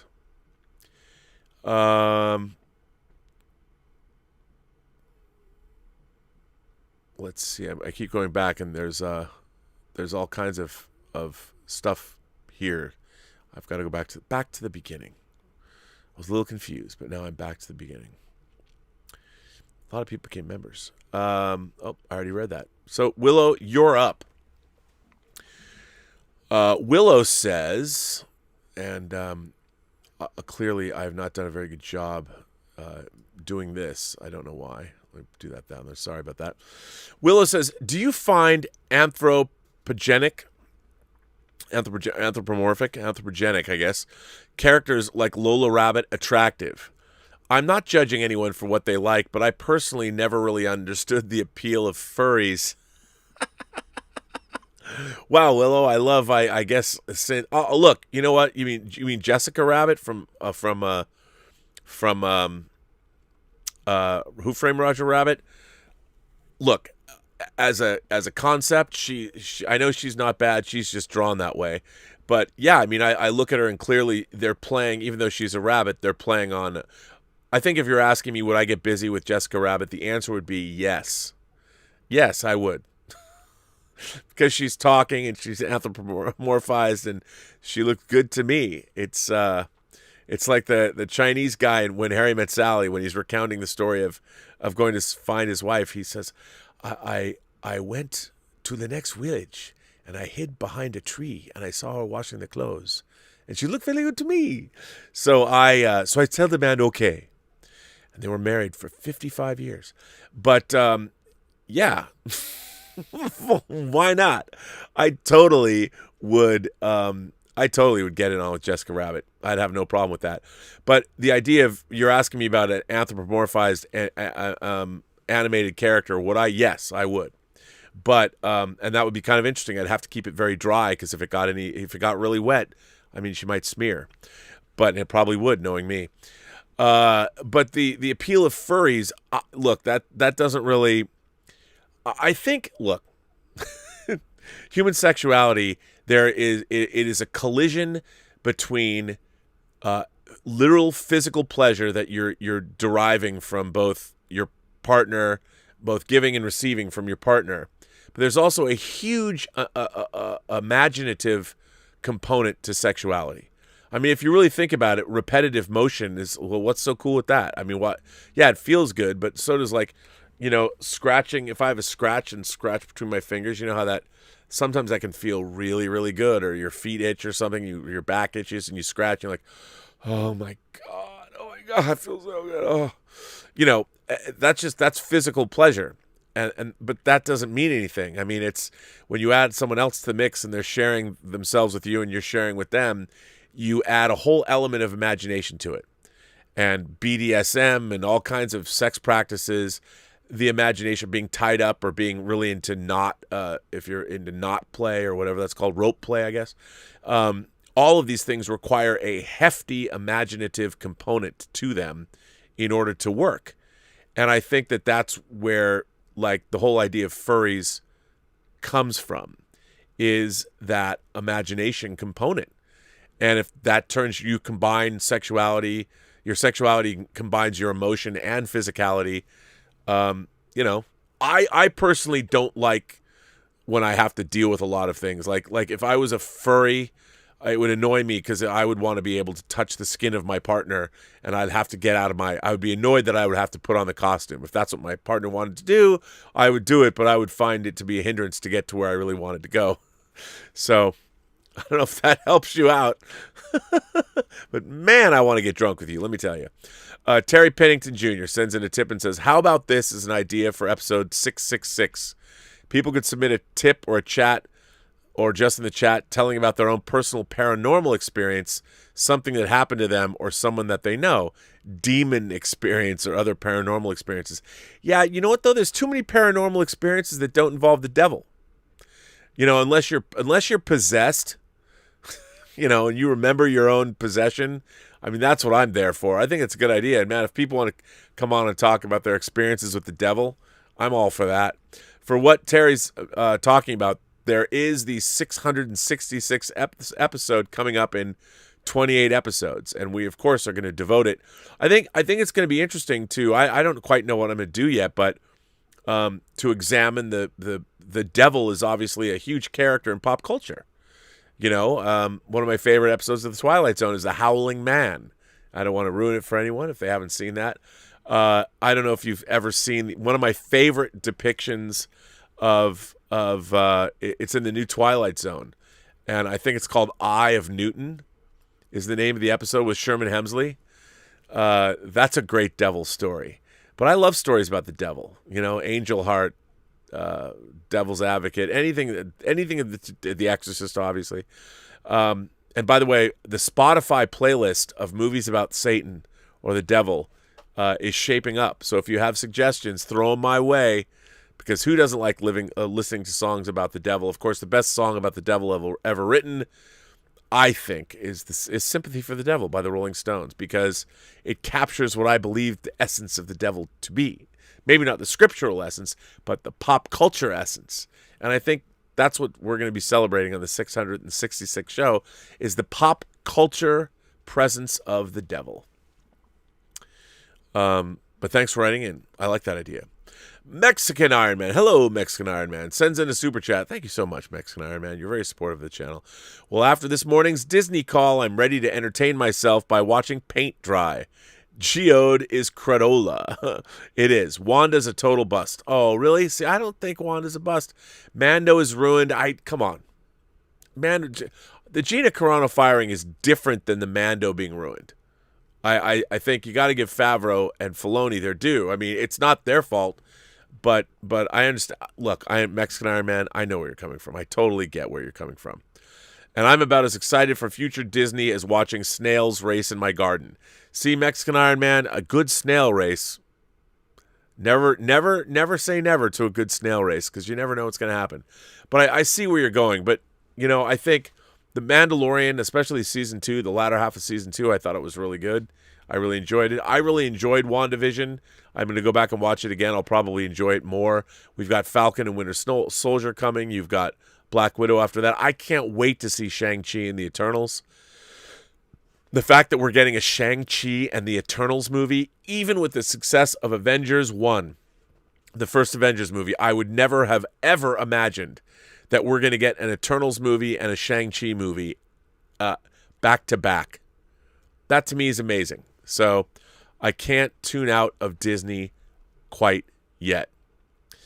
200-Watt Studio sends in a super chat and says, I, for one, like the new co-pilot, Chewbacca. Terrible. You should be ashamed.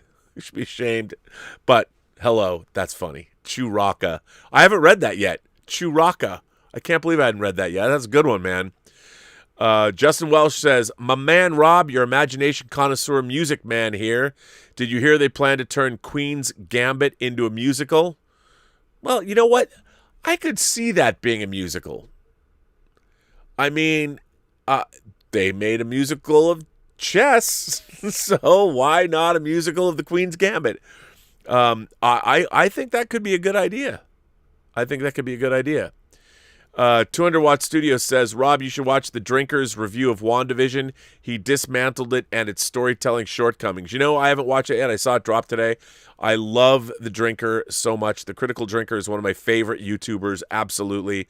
I mean, he has a great understanding of genre storytelling.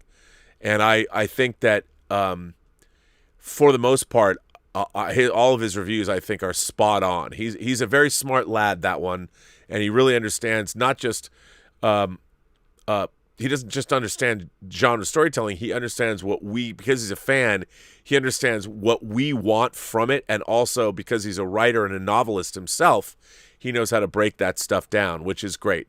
And that's one of the things, one of the things about The Drinker that people forget is he is a published author.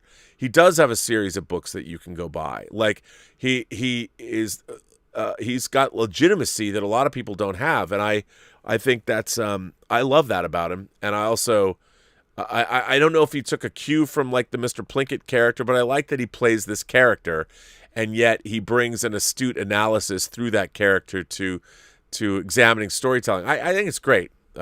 He's definitely one of my favorite YouTubers. So I will check that out.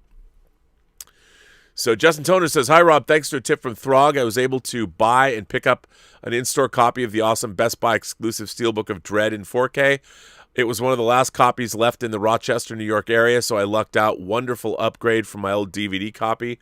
Yes, I have to say, a lot of people have come to my rescue. Please, I want to thank everybody for reaching out and trying to get me a Dread Steelbook. I was able to do so thanks to a few of you. So thank you very much. And for everybody, it's so very nice. It's so touching. Like, again, I put this on again today because it was a little colder in here than I thought. The lovely Emma Bannon found me this Space 1999 sweatshirt, which is actually very comfy. It's a little lighter. It's a little lighter than the sweatshirts that I have. So I love it. Everybody is so generous to me when I mention stuff. So I want to thank you for that. But it's been taken care of thanks to some fans, and I very much appreciate that. So thank you so much. Sheriff Carl says, I watched Mel Brooks' The History of the World Part 1 last night. First time in 20 years. Do you think we'll ever get a comedy that tackles the dark absurdities of human existence again? Is this a phase, or will we never be able to poke fun at our cultural differences again? It's just a phase. What we're going through now is a correction. And I think that it's going to leave a lot of people miserable because no one's going to be having fun. At the end of the day, you're going to be questioning. We're already questioning our own biological makeup and all this stuff. People are crazy. they're crazy. What everybody needs to start doing is focusing more on what they want to do rather than focusing on what other people should be doing. That's what I find so weird about our whole cancel culture is, what have you guys done? What have you done to make you worthy of judging me? And that's a rhetorical question. I'm not talking about me specifically. I mean, I give you plenty to judge me on. You can judge me all you want. What you see is what you get. But what I mean is, with cancel culture, the idea that there are people that are so willing to go out and judge others, it's odd to me. I don't, where does somebody get that impulse? I'll be critical of people's work, but I'm sure that if I ever went out and had drinks with J.J. Abrams or Alex Kurtzman, we'd have a fine time. They probably don't even know anything I've ever said about Star Trek, so that'll be cool. It's not like they're sitting home waiting for my next pearl of wisdom about what I think of their Star Trek. But I'm sure we would get along. I'm sure we'd have a lot of interesting things to talk about. And as soon as we'd had a few drinks, I would ease into the conversation and I would be critical. I would not be sycophantic. I would actually tell them what I thought. But yeah, I think that it'll get better eventually, because the way we're going, it's against our nature to do what we're doing. We're trying to pretend like we're these infallible, indestructible, really nice people that it's all kumbaya. You know what? A lot of us are assholes. And I get it. We all want to give people a leg up, and we all want to be. The problem is, not a lot of people are going to take that leg up, and not a lot of people are going to want to use inclusion and their voice to do something constructive. And we're gonna have the backlash there too.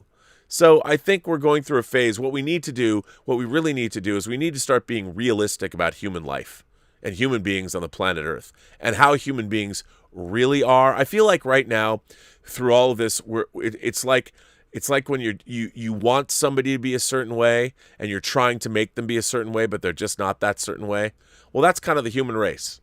You know, and I thought we were on an upward trajectory, and indeed we were. That evolutionarily, culturally, we are having a cultural evolution, and all of these things were slowly being the things like racism and discrimination were being ground out from our culture, because as more and more people get exposed to different kinds of people, it will take care of itself.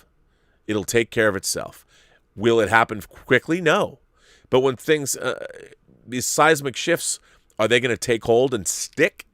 You know, what we need it to be slow and methodical so people can come to grips with things. Now I feel we're living in a weird age of ideological fascism where we're being pushed into doing these things, and we've now upset a balance that was working.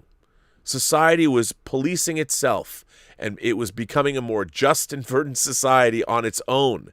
And now these forces have come in where you have these forces where they're telling you they know more about what's going on than you do, and you must submit. That never turns out well. It'll never work out in the long run. So one day, Sheriff Carl, I'm hoping that the pendulum will swing back. But yeah, the idea that we're taking ourselves way too seriously, I think. Anonymous said, is Hayward a villain? Because if he knows the kids aren't real, then why bothering shooting at them? Well, I don't know, because there may be an energy that he could have disrupted. That's the thing. He knows it's all fake. He's been watching WandaVision. So is he a villain? I don't know. I think it's scary that Hayward has been so vilified when he was really kind of just doing his job. Yeah, he was a dick about it. But Twin Flick says, have you found a steelbook copy of Dread yet? If not, I have 2 coming. I'll share and send you one. Well, I did get one, but we can give it away on the show and give it away on Let's Get Physical Media, because we're doing that. And I love to do that. I can say that you're doing it, promote your show and stuff like that. Stubble McShave says, in the article it says Wanda will be featured in Doctor Strange 2. Do you think WandaVision's connection with the next Spider-Man will focus more on the Skrulls? I don't think Wanda fits in Spider-Man. I don't think she does either. I can see Skrulls and Vision as a connection to Stark play a role in Spider-Man. Maybe, but I think it has to do something here's what I think. I think WandaVerse, because WandaVision has caused Wanda Maximoff to have a break, whether it's psychologically more than she even had during that show. And by studying the Darkhold, she's going to lose her grip on reality, and she's going to accidentally tear open the multiverse. And it's going to come spilling out all over Spider-Man and spilling out all over Doctor Strange. But I think in Spider-Man's just going to left to pick up the pieces, and he's not even going to know that it was Wanda Maximoff. At least that's how I would imagine it being. He has kids in cages now, sends in a tip and says, California requiring companies to select board members based on their race is not just stupid, it's racial discrimination. It is. Imagine being the most qualified but turned down because of your race. We need a meritocracy, not equity. The mindset can't get us to Mars. Well, I'm 100% in agreement with you. I think it's ridiculous. However, we have to remember that while you're absolutely right, having a company being forced to hire boards of directors that have to have what if you have a business that doesn't necessarily have many people of color flocking to your business? It might be even hard to find people of color that want to do your business with you. That's the whole thing. It's not like, and the same is true of Hollywood. It's not like there's like, if you had 5 people and one was Hispanic, one was Asian, one was East Indian, one was LGBTQ, and one was a white person. It's not like all 5 of those people want to do the same things equally. It's not like there's an equal number of people looking to do every single job in the world, because there isn't. But the important thing is, I think this is what gets lost in the conversation, there are people in this country that have never been afforded the proper opportunities they should have had because of their either minority status or they've been discriminated against or they haven't received like a leg up. Like, look at the fact that we have a disproportionate amount of black Americans in prison. Why is that? The dissolution of the family, the fact that we don't spend as much money on the public school systems in those areas. There's a lot of reasons. And that's what I think people want, is that there are people that never got the opportunity to have that leg up. And in that case, I think we absolutely need to be helping our communities of people less fortunate than other communities. I mean, there's it's an income disparity, which leads to an education disparity, which leads to a disparity of people of color or marginalized folks in certain areas of our society. And it's a failing that we need to alleviate. But I don't believe in equity. I believe in a meritocracy when you're at work. You can't be forced to hire people that aren't good at their jobs. And that's a terrible way to go ahead. And that mindset will never get us to Mars. Well, look, when you're going to space, you need the best of the best. It doesn't matter what color they are. It doesn't matter what their sexuality is. It doesn't matter what political affiliation, their religion. When you're going to space, you need the best people you can get. Not people that aren't the best people that you can get. Not people that they're okay. No, you need the best, because you're never going to get anywhere. And I think that you need the people that work the hardest. But what you need is that you need people that also grew up with the mindset that they could do that thing, which is what led them to studying in the first place. The problem is we have so many people in this country that don't believe they're ever going to amount to anything because they've never had the tools. And I don't mean their personal tools. I mean things like access to great education. That's what we have to look into. As I've said before, if there are depressed areas in the world, in cities and towns and everything, that's where we need to, where this public school systems are failing. That's where we need to send not just money. You can't just throw money at a problem. Then the bills just flitter around and fall on the ground and people will pick them up and the problem that needed to be solved will still be there. No, you need personnel. You need the wherewithal. When you want to fix a problem, you can't just throw money at it. You have to do a lot of things to do that and affect real change. But you're right. It's weird. The California idea about or the mandate that says you have to hire a certain amount. Man, I wouldn't want to hire anybody that doesn't know what they're doing. Period. Why would you want to do that? I mean, depending on your job, they're either they're gonna stop you, curtail you from getting something done, or they might be literally dangerous. Their lack of experience or knowledge can be bad. Sassy Squatch is here. Sassy Squatch. Hello from the Pacific Northwest. I just wanted to remind you that we are here. Yo, I am born and bred in the PNW, yo. I mean, anytime some rapper comes out from Seattle, no matter who that rapper is, even someone like Macklemore, I'm going to pop my tabs. Look, I'm still putting my titties on the glass. I'm still riding with my posse on Broadway. You know what I'm saying? I am PNW through and through. I still think about the Seattle Supersonics. Downtown Freddie Brown winning that world championship. 78-79. PNW, ride or die. You know what? I know what it means to eat a bag of dicks. And mean it. So Sassy Squatch says, hello from the Pacific Northwest. Just wanted to remind you that we are here. With that said, I've been waiting for Harry and the Hendersons 2 for 35 years. I'll also be waiting almost 35 years for a decent Lost Boys anniversary edition. Oh, cry, little sister. I don't know. I don't know if we'll ever get. Did they not release a good anniversary edition of Lost Boys? We got to get it in 4K. I bet we'll get it in 4K. I bet we will. Don't you think we will? I mean, I think we will. Don't we? Shouldn't we? I think so. I think maybe. We shall see. Uh, Anonymous says Dak Prescott ain't worth shit. You're talking about the Cowboys? Is that what you're talking about? Who cares? I'm just kidding. I know, America's team. I'm just kidding. As a Seahawks fan, but you're probably not. Probably not right. You're probably not. You're probably not right. Honestly, I don't know much about it other than that. Justin Toner says, "Oh, Rob, 40 years ago today, Blade Runner began principal photography on the Burbank Studios lot. Friend of the channel, Charles de Lazarica, tweeted it out today. I treasure that movie so much. Charlie is one of my oldest friends in LA, but he's not in LA anymore. It's true. That is true. And they were filming the scene where Deckard meets Rachel at Terrell's headquarters. And you are correct. It was 40 years ago today they started shooting Blade Runner. That's why I actually, you can't see it, but I've got a Rick Deckard figure right there. Not a good one. It was a third-party figure. They've never really made an official Blade Runner figure, but, had it. Stub McShave says, concerning the letter about fans as creators, I think Lord of the Rings had the perfect combination of fan and competent movie maker. Sure, he's a fan, but he wasn't a fanatical purist. He knew the material well and knew what he could change without losing its soul. I agree. I think they did a great job. That's what you need.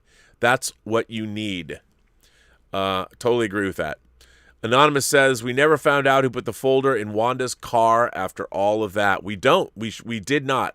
No, there's things that are missing there. I agree with you. But I want to get back to Stubble's comment. I mean, I think you're right. You need to find filmmakers that are fans. I mean, and Peter Jackson wasn't just a fan. He became a student of Tolkien. And both Philippa and Fran, they really were delving into that subject matter. Nicholas Meyer did the same thing. Nicholas Meyer wasn't necessarily a fan of Star Trek, didn't know much about it, but he delved into the series, understood Horatio Hornblower, and was able to do that. That's why I'm a huge proponent of Eric Jedrinson's Star Trek The Beginning script that Paramount owns that took place about 8 years after the end of Enterprise that dealt with the outbreak of the Romulan War. I thought it did exactly what Star Trek needs to do. It creates great new characters, great new situations within the Star Trek universe, not a bunch of new things where they created. I mean, they go 1,000 years in the future with nary a mention of the Klingons or the Cardassians. They don't. It's because they never watched Deep Space Nine. They don't know. And they already did the Klingons. But I agree with you, Stubble. Nick Parrish, 102, says, what's up, Rob? So I have to admit that I thought it was hilarious listening to you and John go into long detail about what would make you subscribe to Peacock since you haven't already. There's one simple, undebatable reason, Rob. It's free. Yeah, but is it? It's free. But with ads? Without ads? I don't know.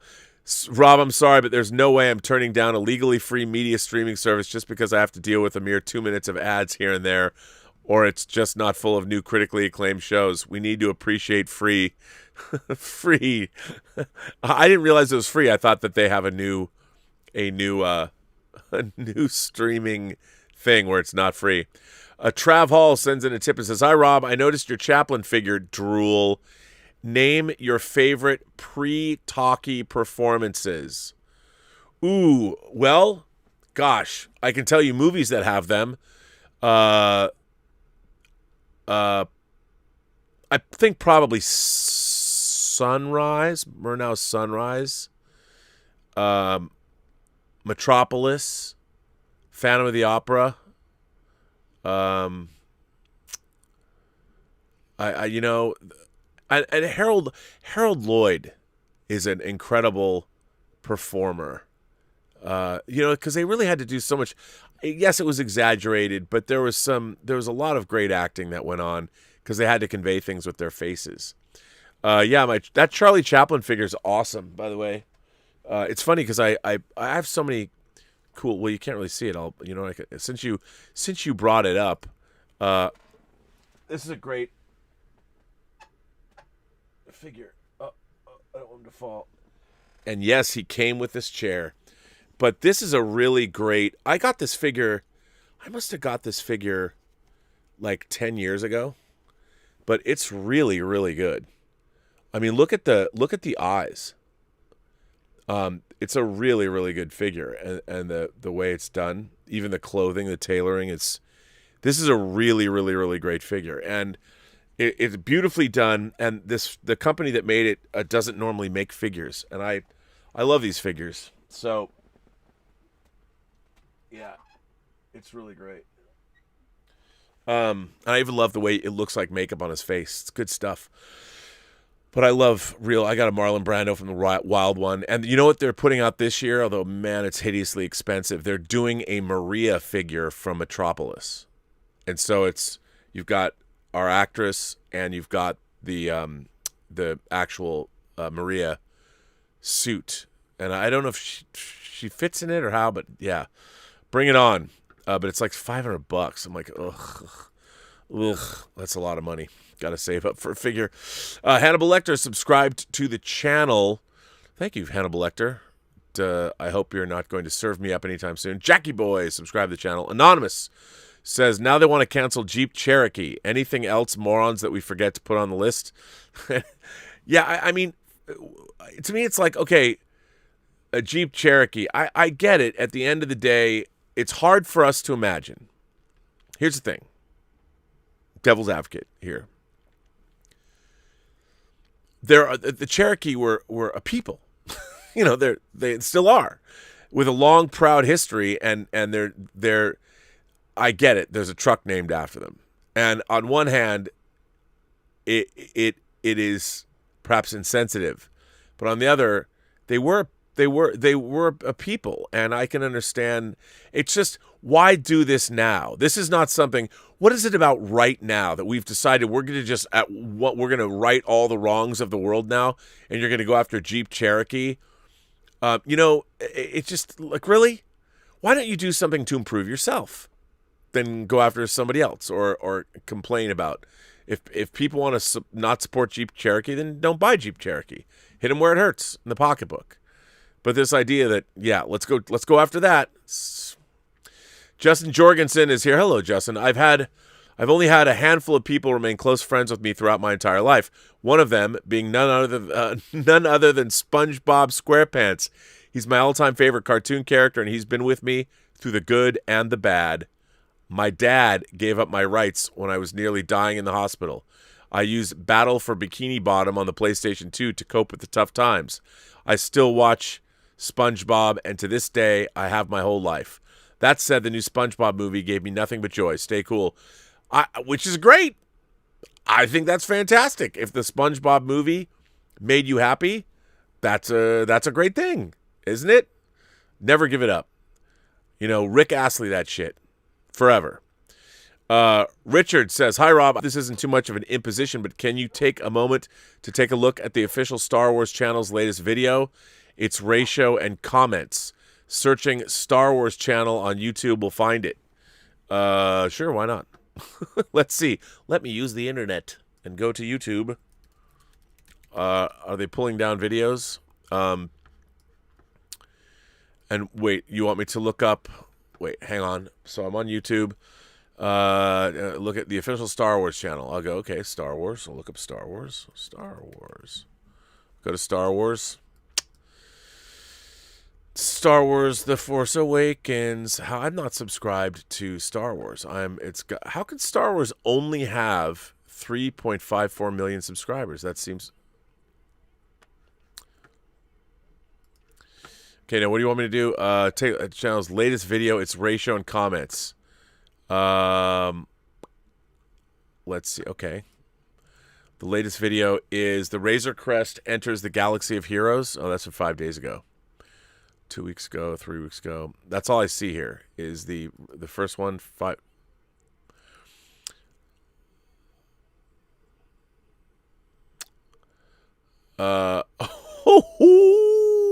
Okay, what? Wow. Okay, what Richard asked me to do? I'm looking at the latest Star Wars video, which is titled "The Razor Crest Enters the Galaxy of Heroes." We want your High Republic questions and more. Wow. Okay. Here is the ratio the ratio in question. Okay. This is the latest video that Star Wars posted. They posted this on March 4th. And allow me, if I can, to show you. Now I can understand where you're going with this. gosh. I having not watched this video myself, I don't even know what to say about it. But in terms of the ratio, that would be the likes to dislikes. And on Star Wars, on any YouTube video, you want your likes to dislikes. You want a lot of likes. If you have 100 likes, you want no dislikes, but you might 1 or 2. That's good. Here is the ratio on the latest Star Wars channel video: 1,700 likes, 20,000 dislikes.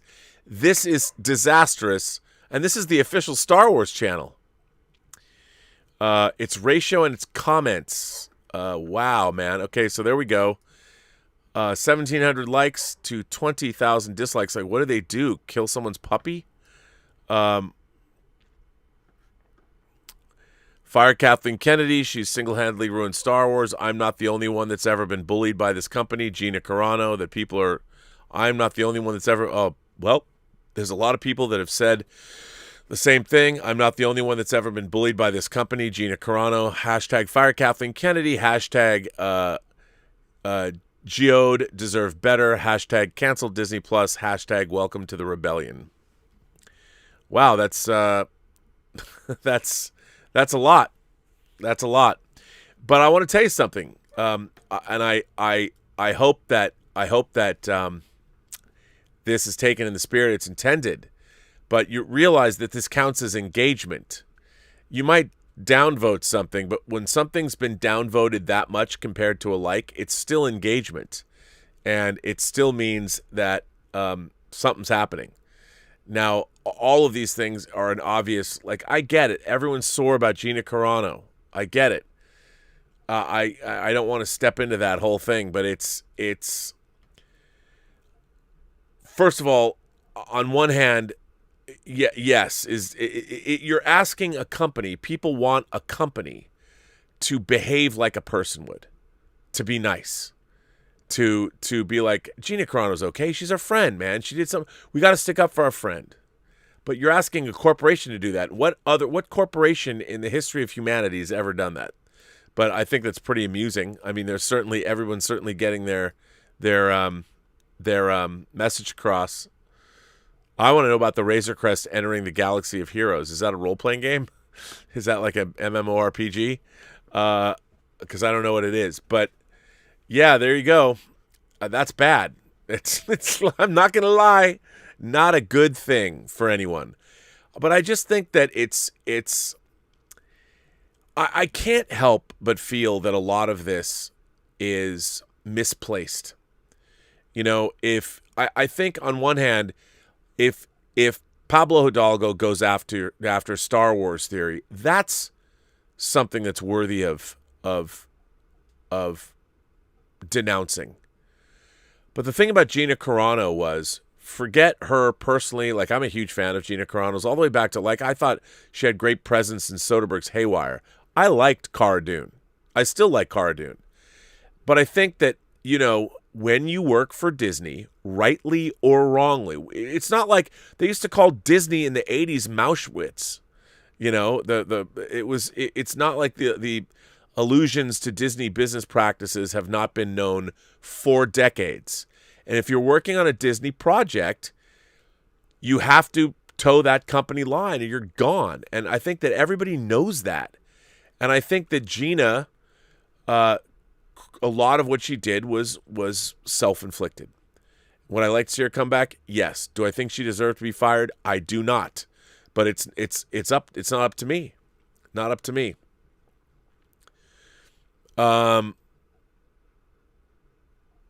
So yeah, Brendan Sheehy writes in again. You said, Rob, your thoughts on the movie Barfly starring Mickey Rourke.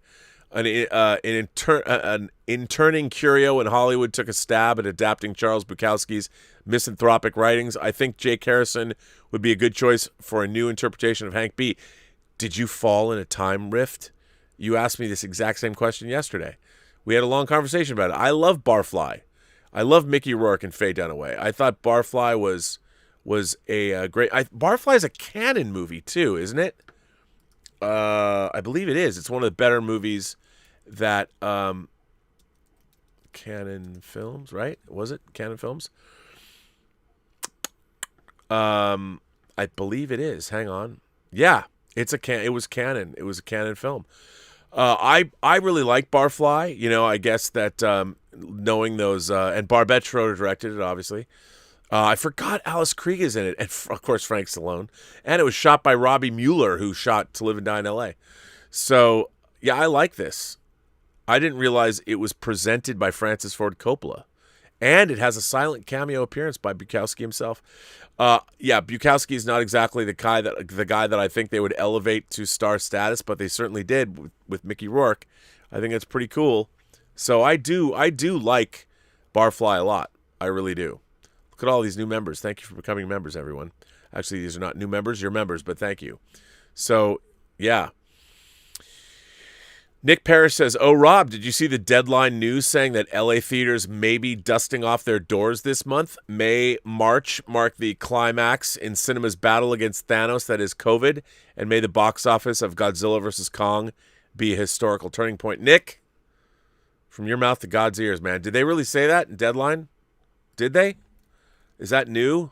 I didn't see that before we went on. Let's find out. Let's see if we get that. State of the speech. Oh, Newsom's giving a state of the speech. Well, the wife series. I don't see it. Maybe I'm just missing it. I don't know how far back. Hey, J.J. Abrams has a new HBO Max series that's going to star Josh Holloway. But I didn't see it. I'll have to look. I don't see it right away. So yeah, I hope it's a historic turning point. DKG Customs, Dunk, any IICFF updates? Need any help? Give me a shout, Dunk. Yes, I need to arrange a conversation with you, Dunk, and you know why. I shouldn't say it out loud because I will say that Ascent is one of the semifinalists in the film festival. So if we can set up a time this week, it would be great. I would love to do that. Alexander Wilson says, "I was denied a job for being black in 2010. The company was sued for racial discrimination and admitted that they put applications that were marked black in a do not hire pile, and they admitted this, and it had happened to me and other Well, see, that's bullshit. I mean, that's just straight up utter. I mean, that's the definitive version of the kind of bullshit that black Americans have to put up with. They had a do not hire pile because you were black. See, to me, that's what people have to deal. That's what we're talking about, being hired, and that's the kind of bullshit that people still are dealing with. It doesn't have anything to do with your merits as a worker or being qualified or anything. It's just straight outside, you're black, you don't get hired. That defines racial discrimination. They should burn that company to the ground for those kinds of hiring practices. Although, then it would put a lot of people out of work. But that's exactly what should be happening. That's just insane. Like, that's crazy. And you think in 2010, you should they should have been sued for racial. That's straight up. That's indefensible. Indefensible. Chris Stenfenagel says, "Oh, Deadline does report today that LA theaters could reopen next week, just in time to see Godzilla vs. Kong on the big screen." Yeah, I don't know though. They're reopening everything. We'll see where that takes us. Julian Ortega sends in a tip. I still don't know, man. I think caution. Julian Ortega says, "Just wanted to say hi and still super excited to do that Zack Snyder marathon. Have you seen the new trailers?" Oh man, there's been so many new trailers. I've dug them all. I've watched them all. They're so much fun to watch. I love that Flash trailer. That was so cool.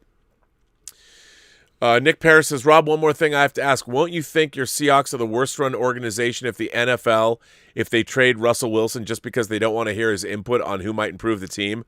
What is going on in the Rainy City?" Dude, Nick, I never would have thought my man, Danger Russell Wilson, would be treated the way he's being treated by Seattle. The guy, look at the stats, man. The stats don't lie. What do you get, taken down 400 times or something? Hit 400 times? I mean, my God, where is your offensive line? That Seattle, we've been talking about there's a lack of offensive line in Seattle for how long? And he's not wrong. Russell Wilson is asking for what most quarterbacks get, which is protection. He's not getting protection.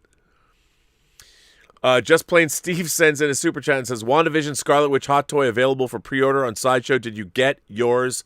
I did. Well, it doesn't come out until between July or September of 2022. It doesn't come out till July of 2022. So there's no rush. But yeah, I pre-ordered it. But yeah, it's a great figure. I can't wait to get that. But yeah, it's not coming out until between July, probably September 2022. So it's like it's 18 months away, at least. But welcome to Hot Toys. Aeon sends in a super chat and says, recently watched Master and Commander. First time since its release. Didn't appreciate it back then. Now I love it and want more. It would have been a great Trek film. It still can be. And why no 4K release? I have no idea. One, okay, there's a number of things. Me and my friends and I have been calling Master and Commander the greatest Star Trek movie that never was for quite some time. It's very much like a Star Trek movie, which makes sense because, you know, of course, Horatio Hornblower was the inspiration for Star Trek for Roddenberry, and this, of course, was based on those books, of which there's, 20? And very much like Star Trek. And Paul Bettany's in it. How good's Paul Bettany? Richard says, thing is, Rob, the fans agreed with you about the High Republic. They were more than happy for the Mandalorian to have a less popular, more inclusive brother. Remember, it was from within Lucasfilm, which started this PR maelstrom that Star Wars is in. In the shadow of Luke Skywalker's return, petty, jealous employees were allowed to run riot, mock the biggest Star Wars fan channel, contrive Gina's departure, amongst other things. That didn't happen on New Trek, didn't really happen on New Who either. Listen, here's the thing. The way to combat things that you don't like in Star Wars is to allow the market to take care of them. If people don't buy the High Republic stuff or they don't like those people will be out. You know, the marketplace will take care of them. Bitching and moaning and complaining on Twitter is not going to do it. I mean, it unfortunately gets Gina Carano fired when people come after her, but in terms of when they're making a product, you just don't buy the product. I look at High Republic and I'm like, why not go back to the old Republic? What the fans want? Like, you know, the High Republic was in its conception, I thought, wrong-headed because it was designed to specifically make an all-inclusive Star Wars universe, which to me is kind of wrong-headed in the first place because Star Wars is based on very classical, old-fashioned storytelling tropes. You know, and the fact is, Star Wars is already an inclusive universe. How many frickin' alien races have we seen? You know, it's so crazy to me. There's all kinds of craziness, and why do all the characters, you know, look like? Again, people have pointed this out. What's with shaving half your head? Why is that something new in character design? And you see it across. It's in comic books. It's in the High Republic. It's like, what does this signify? You know, it's like after Blue is the Warmest Color came out, there were so many girls of a certain persuasion that were dyeing their hair blue, like Leah Seydoux. And I'm like, okay, I understand. I get it. I love Blue is the Warmest Color. The movie shattered me. But, like, it becomes a fashion. Is that fashionable? Is that part? Should I shave my head now that I'm growing my hair long? So I'm inclusive. Does that show something? But, yeah, I think that the High Republic was in its very conception. I understand what they were doing, but it was designed to be this woke Star Wars storytelling medium. And like what happened in New Warriors, the marketplace would have taken care of it. And it's just, who thought of putting a rock as a character? That's not even as cool as a Horta. I don't know. But yeah, it's strange. And why the employees, again, let your work. What I find so interesting, here's what I learned. I'll tell you some things I learned very early on, being a creator myself.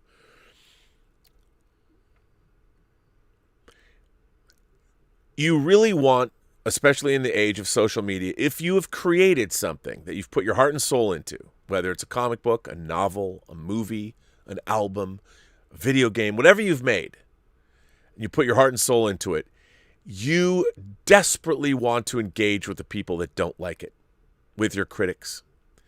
You do. It's a natural human response. You want to go, but wait, I was trying to. No.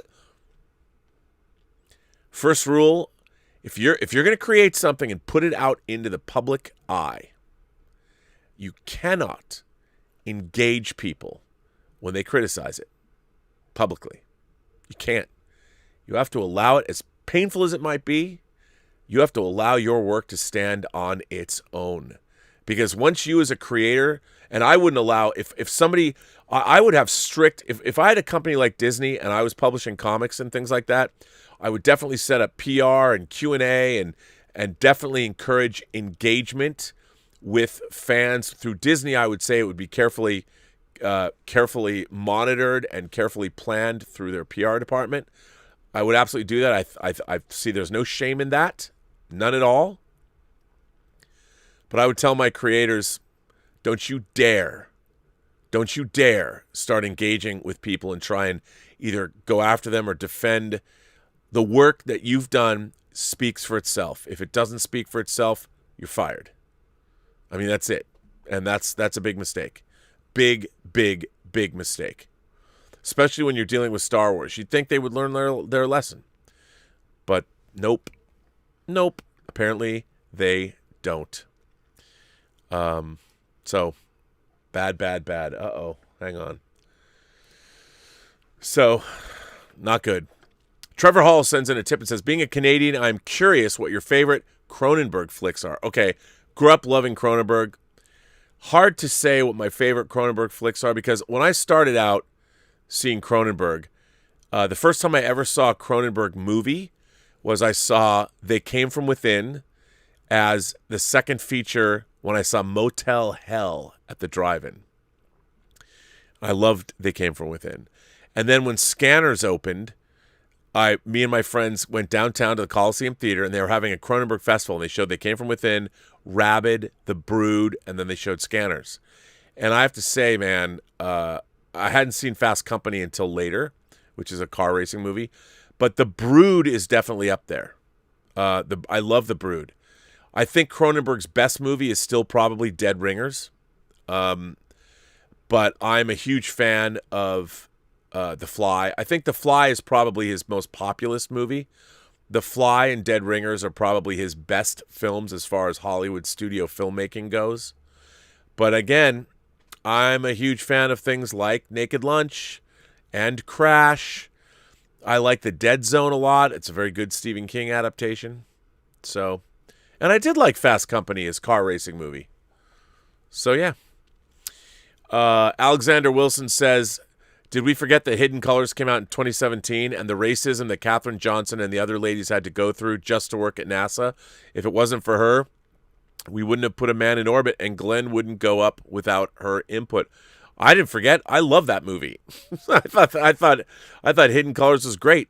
And that's a great movie too, in terms of the lessons learned about how about we hire people that are good at their jobs. I mean, they had to fight for those positions, but they were granted their positions because they were good at what they did. I love that.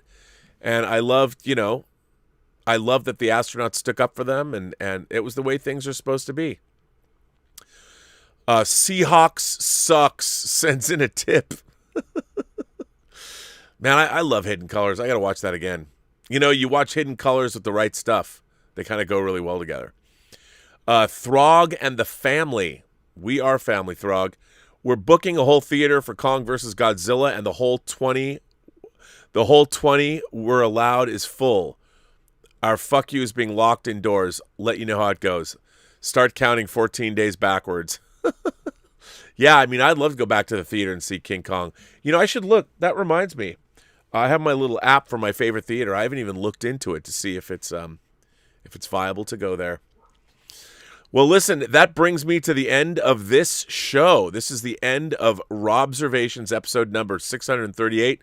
I want to thank everybody for being here. A fun, rollicking show this was. I still have a lot of letters. Keep sending me letters in. I got more to read. I want to thank you all for being here. I want to thank everybody for generously supporting the generously supporting the channel through tips and super chats, and also your letters. You can send me letters free of charge. You can send them to me at theburnettwork.net.